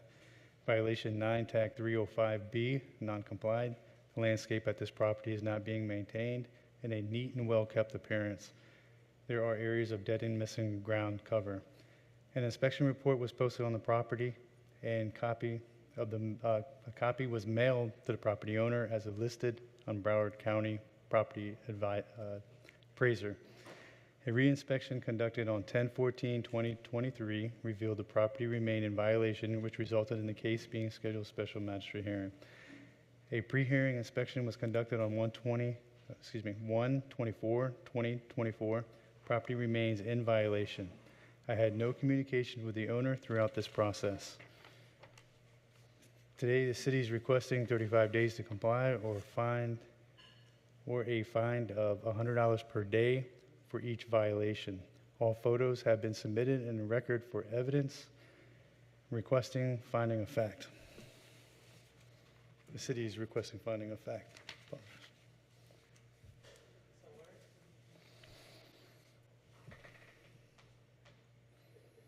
I didn't put on, my mic wasn't on, so ordered, sorry.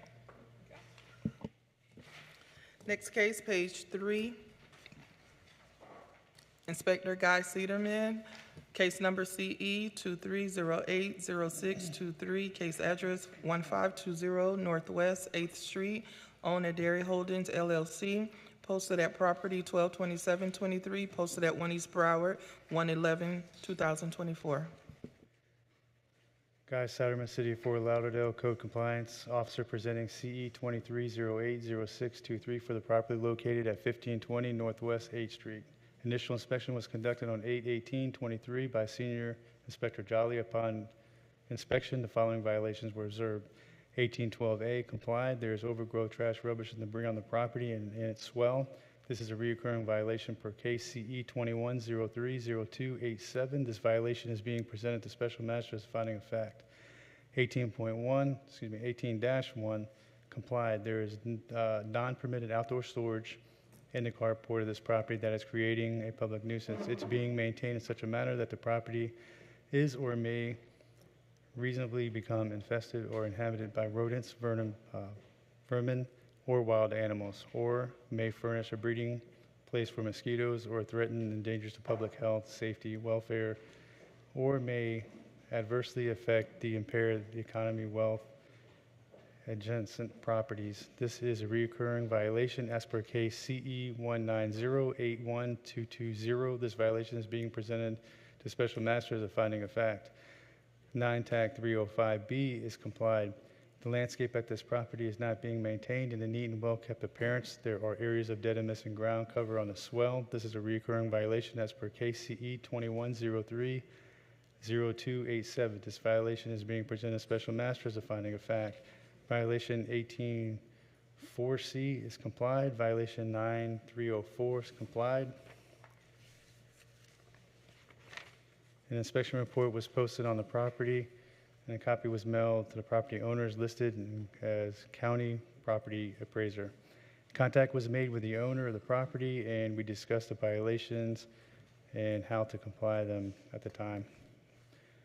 A pre-hearing inspection was conducted on 1/24/2024, and the city is requesting finding of fact. All photos have been submitted in the record for evidence. Just to be clear, violation 18-1, that was also in compliance, right? Correct, all been complied. have been Okay, then complied. so ordered then. Next case, page 5, Inspector Jeffrey Lombard, case number CE 23090377, case address 2212 Northwest 9th Court, owner Jean-Baptiste Pierre Roger and Sam Lumne, posted at property 122723, posted at 1 East Broward, 1/11/2024. Good afternoon. I'm Jeff Lombard with the City of Fort Lauderdale, presenting case number CE 23090377, address 2212 Northwest 9th Court. An initial inspection was conducted on 9/13/2023. The following violation was cited: 9-306, exterior maintenance. The exterior building wall has not been maintained. Structural parts include fascia are in disrepair. There are areas of the exterior that have stains and missing and peeling paint. And an inspection report was posted on the property. A copy was mailed to the property owner listed on Broward County Property Appraisal. A reinspection was conducted on 10/19/2023, revealed property remained in violation, which resulted in the case being scheduled for a special magistrate hearing. A pre-hearing inspection was conducted on 12/27/2024, property remained in violation. I have not been in communication with the owner throughout this process. Today, the city is requesting 35 days to comply or a fine of $50 per day for the violation. All photos have been submitted as a record for evidence. So ordered. Next case, page 7, Inspector David Sandiford, case number CE 23081091, case address 3070 Northeast 43rd Street. Oh. My part. Sorry. Case number, that's page 7 still. Case number CE 23070399. Case address 2136 Northeast 15th Street. Inspector David Sandiford, owner, Saga Malero, Jill, and Family Trust. Posted at property 11224, posted at 1 East Broward 11124. Inspector David Sandiford for the City of Fort Lauderdale, presenting case CE 23070399, address 2136 Northeast 15th Street. Property was first cited on July 12, 2023 for the following violations. 18-12A, which is complied. However, it's a reoccurring violation, reference CE 21120374, and is being presented as a finding of fact.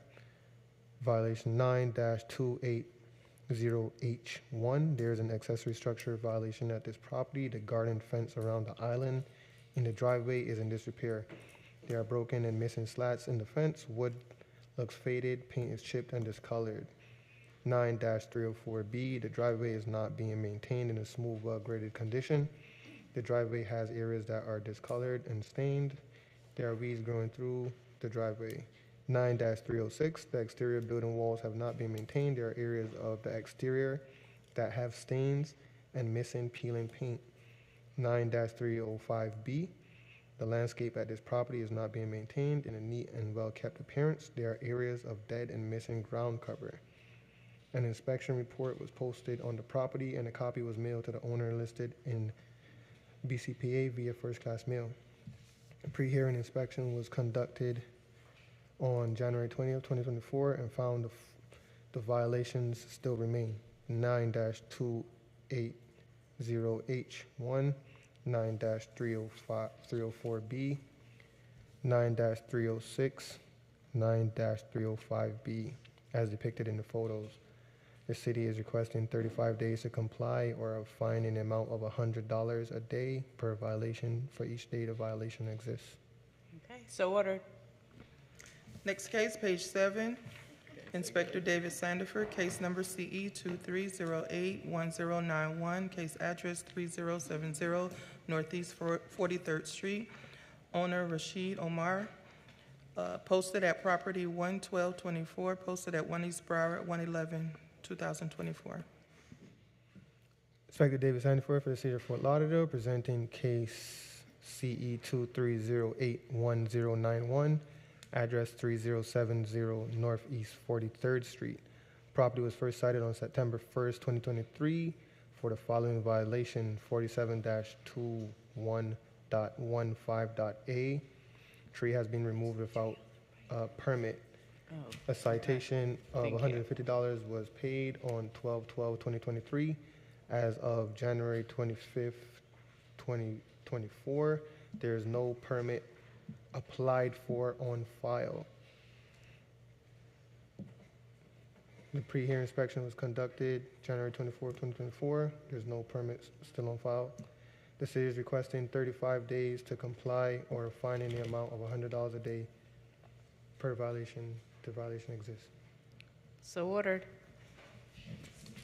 Next case, page 9, Inspector Edward Easton, case number CE 23090256, case address 1520 Southwest 5th Street. Owner Del Tor, Sarah Marie. Posted at property 12/28/2023, posted at 1 East Broward, 1/11/2024. Good morning. For the record, Edward Easton, City of Fort Lauderdale, Code Compliance, presenting case CE 23090256 for the property located at 1520 Southwest 5th Street. An inspection of the property was conducted on September 8, 2023, and the following violations were observed. 9-313A is complied. 9-304B, the driveway at the residential property is in disrepair. 9-306, the building exterior has not been maintained. There are areas of the exterior fascia that have stains and/or missing peeling paint. An inspection report was posted to the property on 9/8/23. A notice of hearing was posted to the property on 12/28/23. A pre-hearing inspection was conducted on January 24th of 24, and the property remained in violation. At this time, the city is requesting 63 days to comply, or $50 per violation each day thereafter. So ordered. Next case, page 11, Inspector Janie Thalusma, case number CE 231000381, case address 3045 North Federal Highway, owner Coral Shopping Center Incorporated, in care of Waterhouse Real Estate. Posted at property 12/29/23, posted at 1 East Broward, 1/11/24. Okay. Code Compliance Officer Janie Thalusma with the City of Fort Lauderdale Community Enhancement, presenting case number CE 231000381, property 3045 North Federal Highway. This property was inspected on October 12, 2023, and the following violations were observed. Violations 18-12. There's overgrown trash, rubbish, and debris on this property in the rear of the alleyway. Violation 9-306 has been withdrawn. Violation 47-20.20.H is complied. A notice of hearing was posted on 12/29/23. A pre-hearing inspection was conducted on January 18, 2024. And the following violation remains as depicted in the photos. At this time, the city is requesting 10 days to comply, or a fine of $100 per day thereafter. So ordered. Thank you.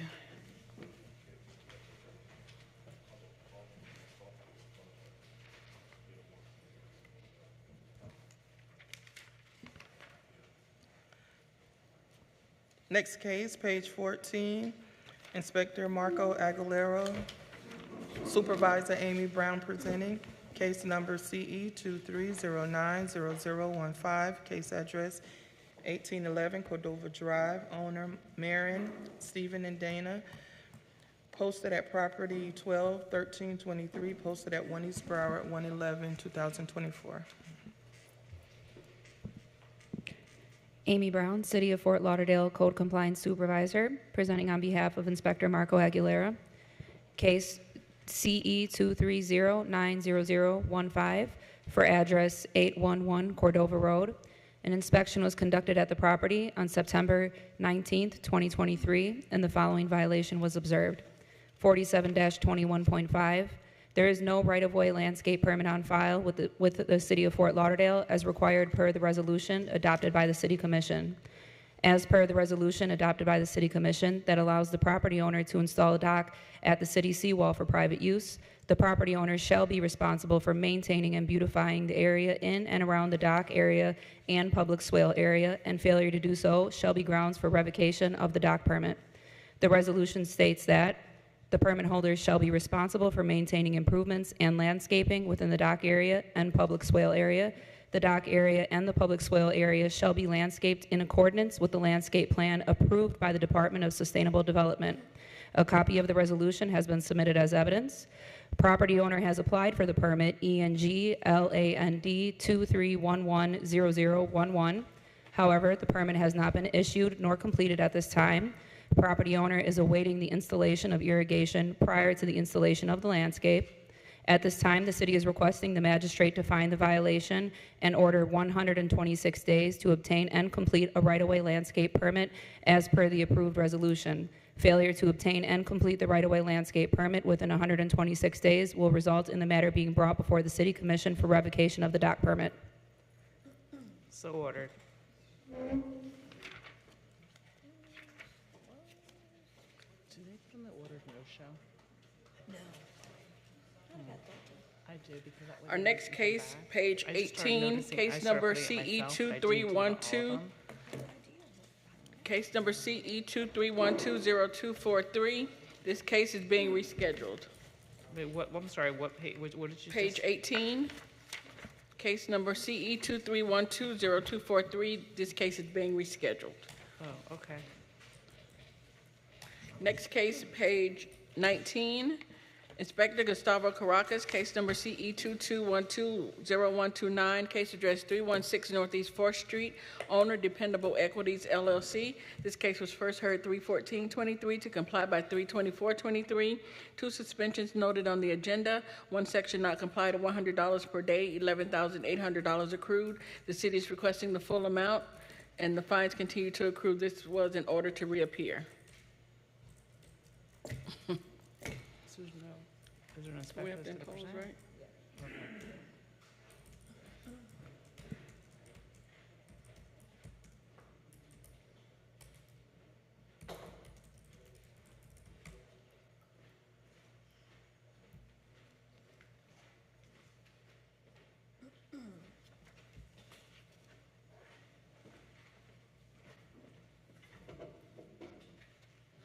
Good afternoon, Your Honor.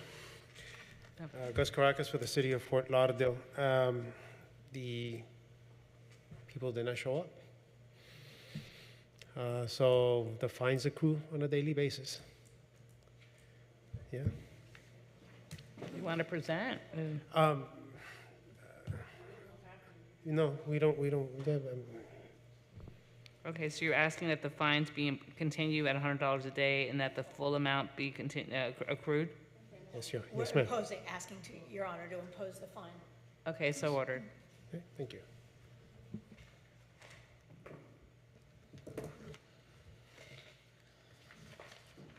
Our next case, page 21, Inspector Patrice Jolly, case number CE 23021015.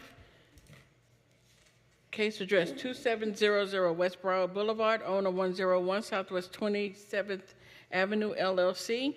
This case was first heard 6/29/23 to comply by 8/31/23. 1 suspension from 9/28/23 to 10/8/23. 2 sections complied at $100 per day. $16,300 accrued. However, the city is requesting admin costs of $893. Do they present or not? Okay, so ordered.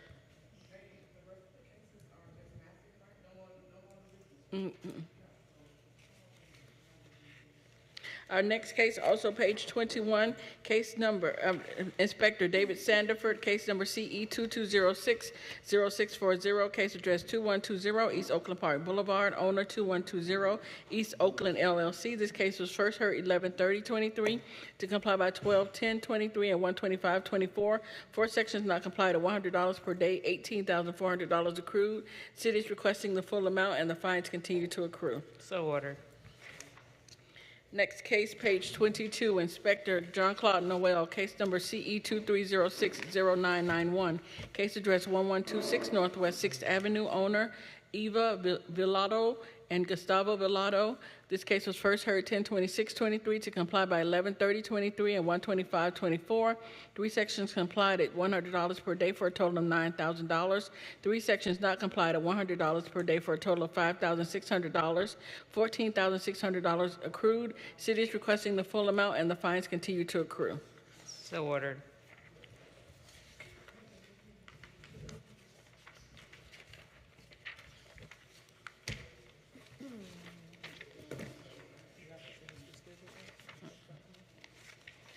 I think that's it. Complied. Page 31, Inspector Gustavo Caracas, case number CE 23080858, case address 505 Northeast 3rd Avenue, owner KMAJCTL LLC. This case was first heard 11/30/23 to comply by 125/24. One section not complied at $100 per day, fine start 126/24, and this was a request for extension. Okay, so is the city in agreement with granting an extension, or what does the city want to do?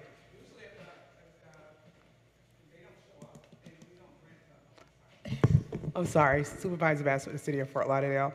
We usually require the respondent to show up in order to grant the extension. If they don't show up, then the city doesn't ask for an extension on their behalf. Okay, so I'm going to deny the extension then, and the fines are just to start January 26, 2024, are so ordered.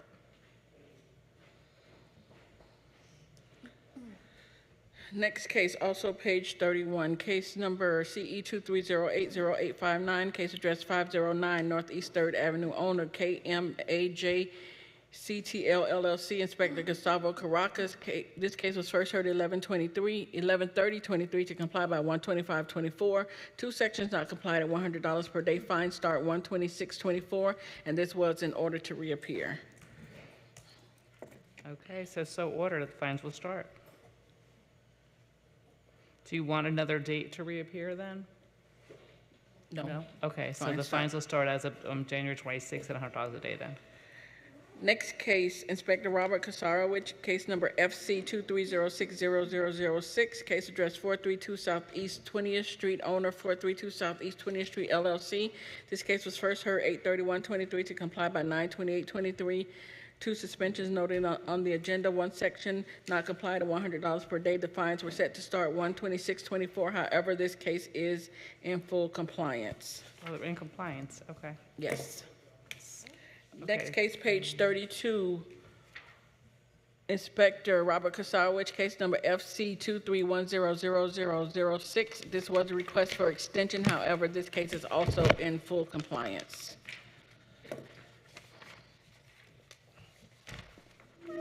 The city is requesting to enter page 33 into today's hearing as an exhibit. It is the city's list of complied, closed, withdrawn, and rescheduled cases. So ordered.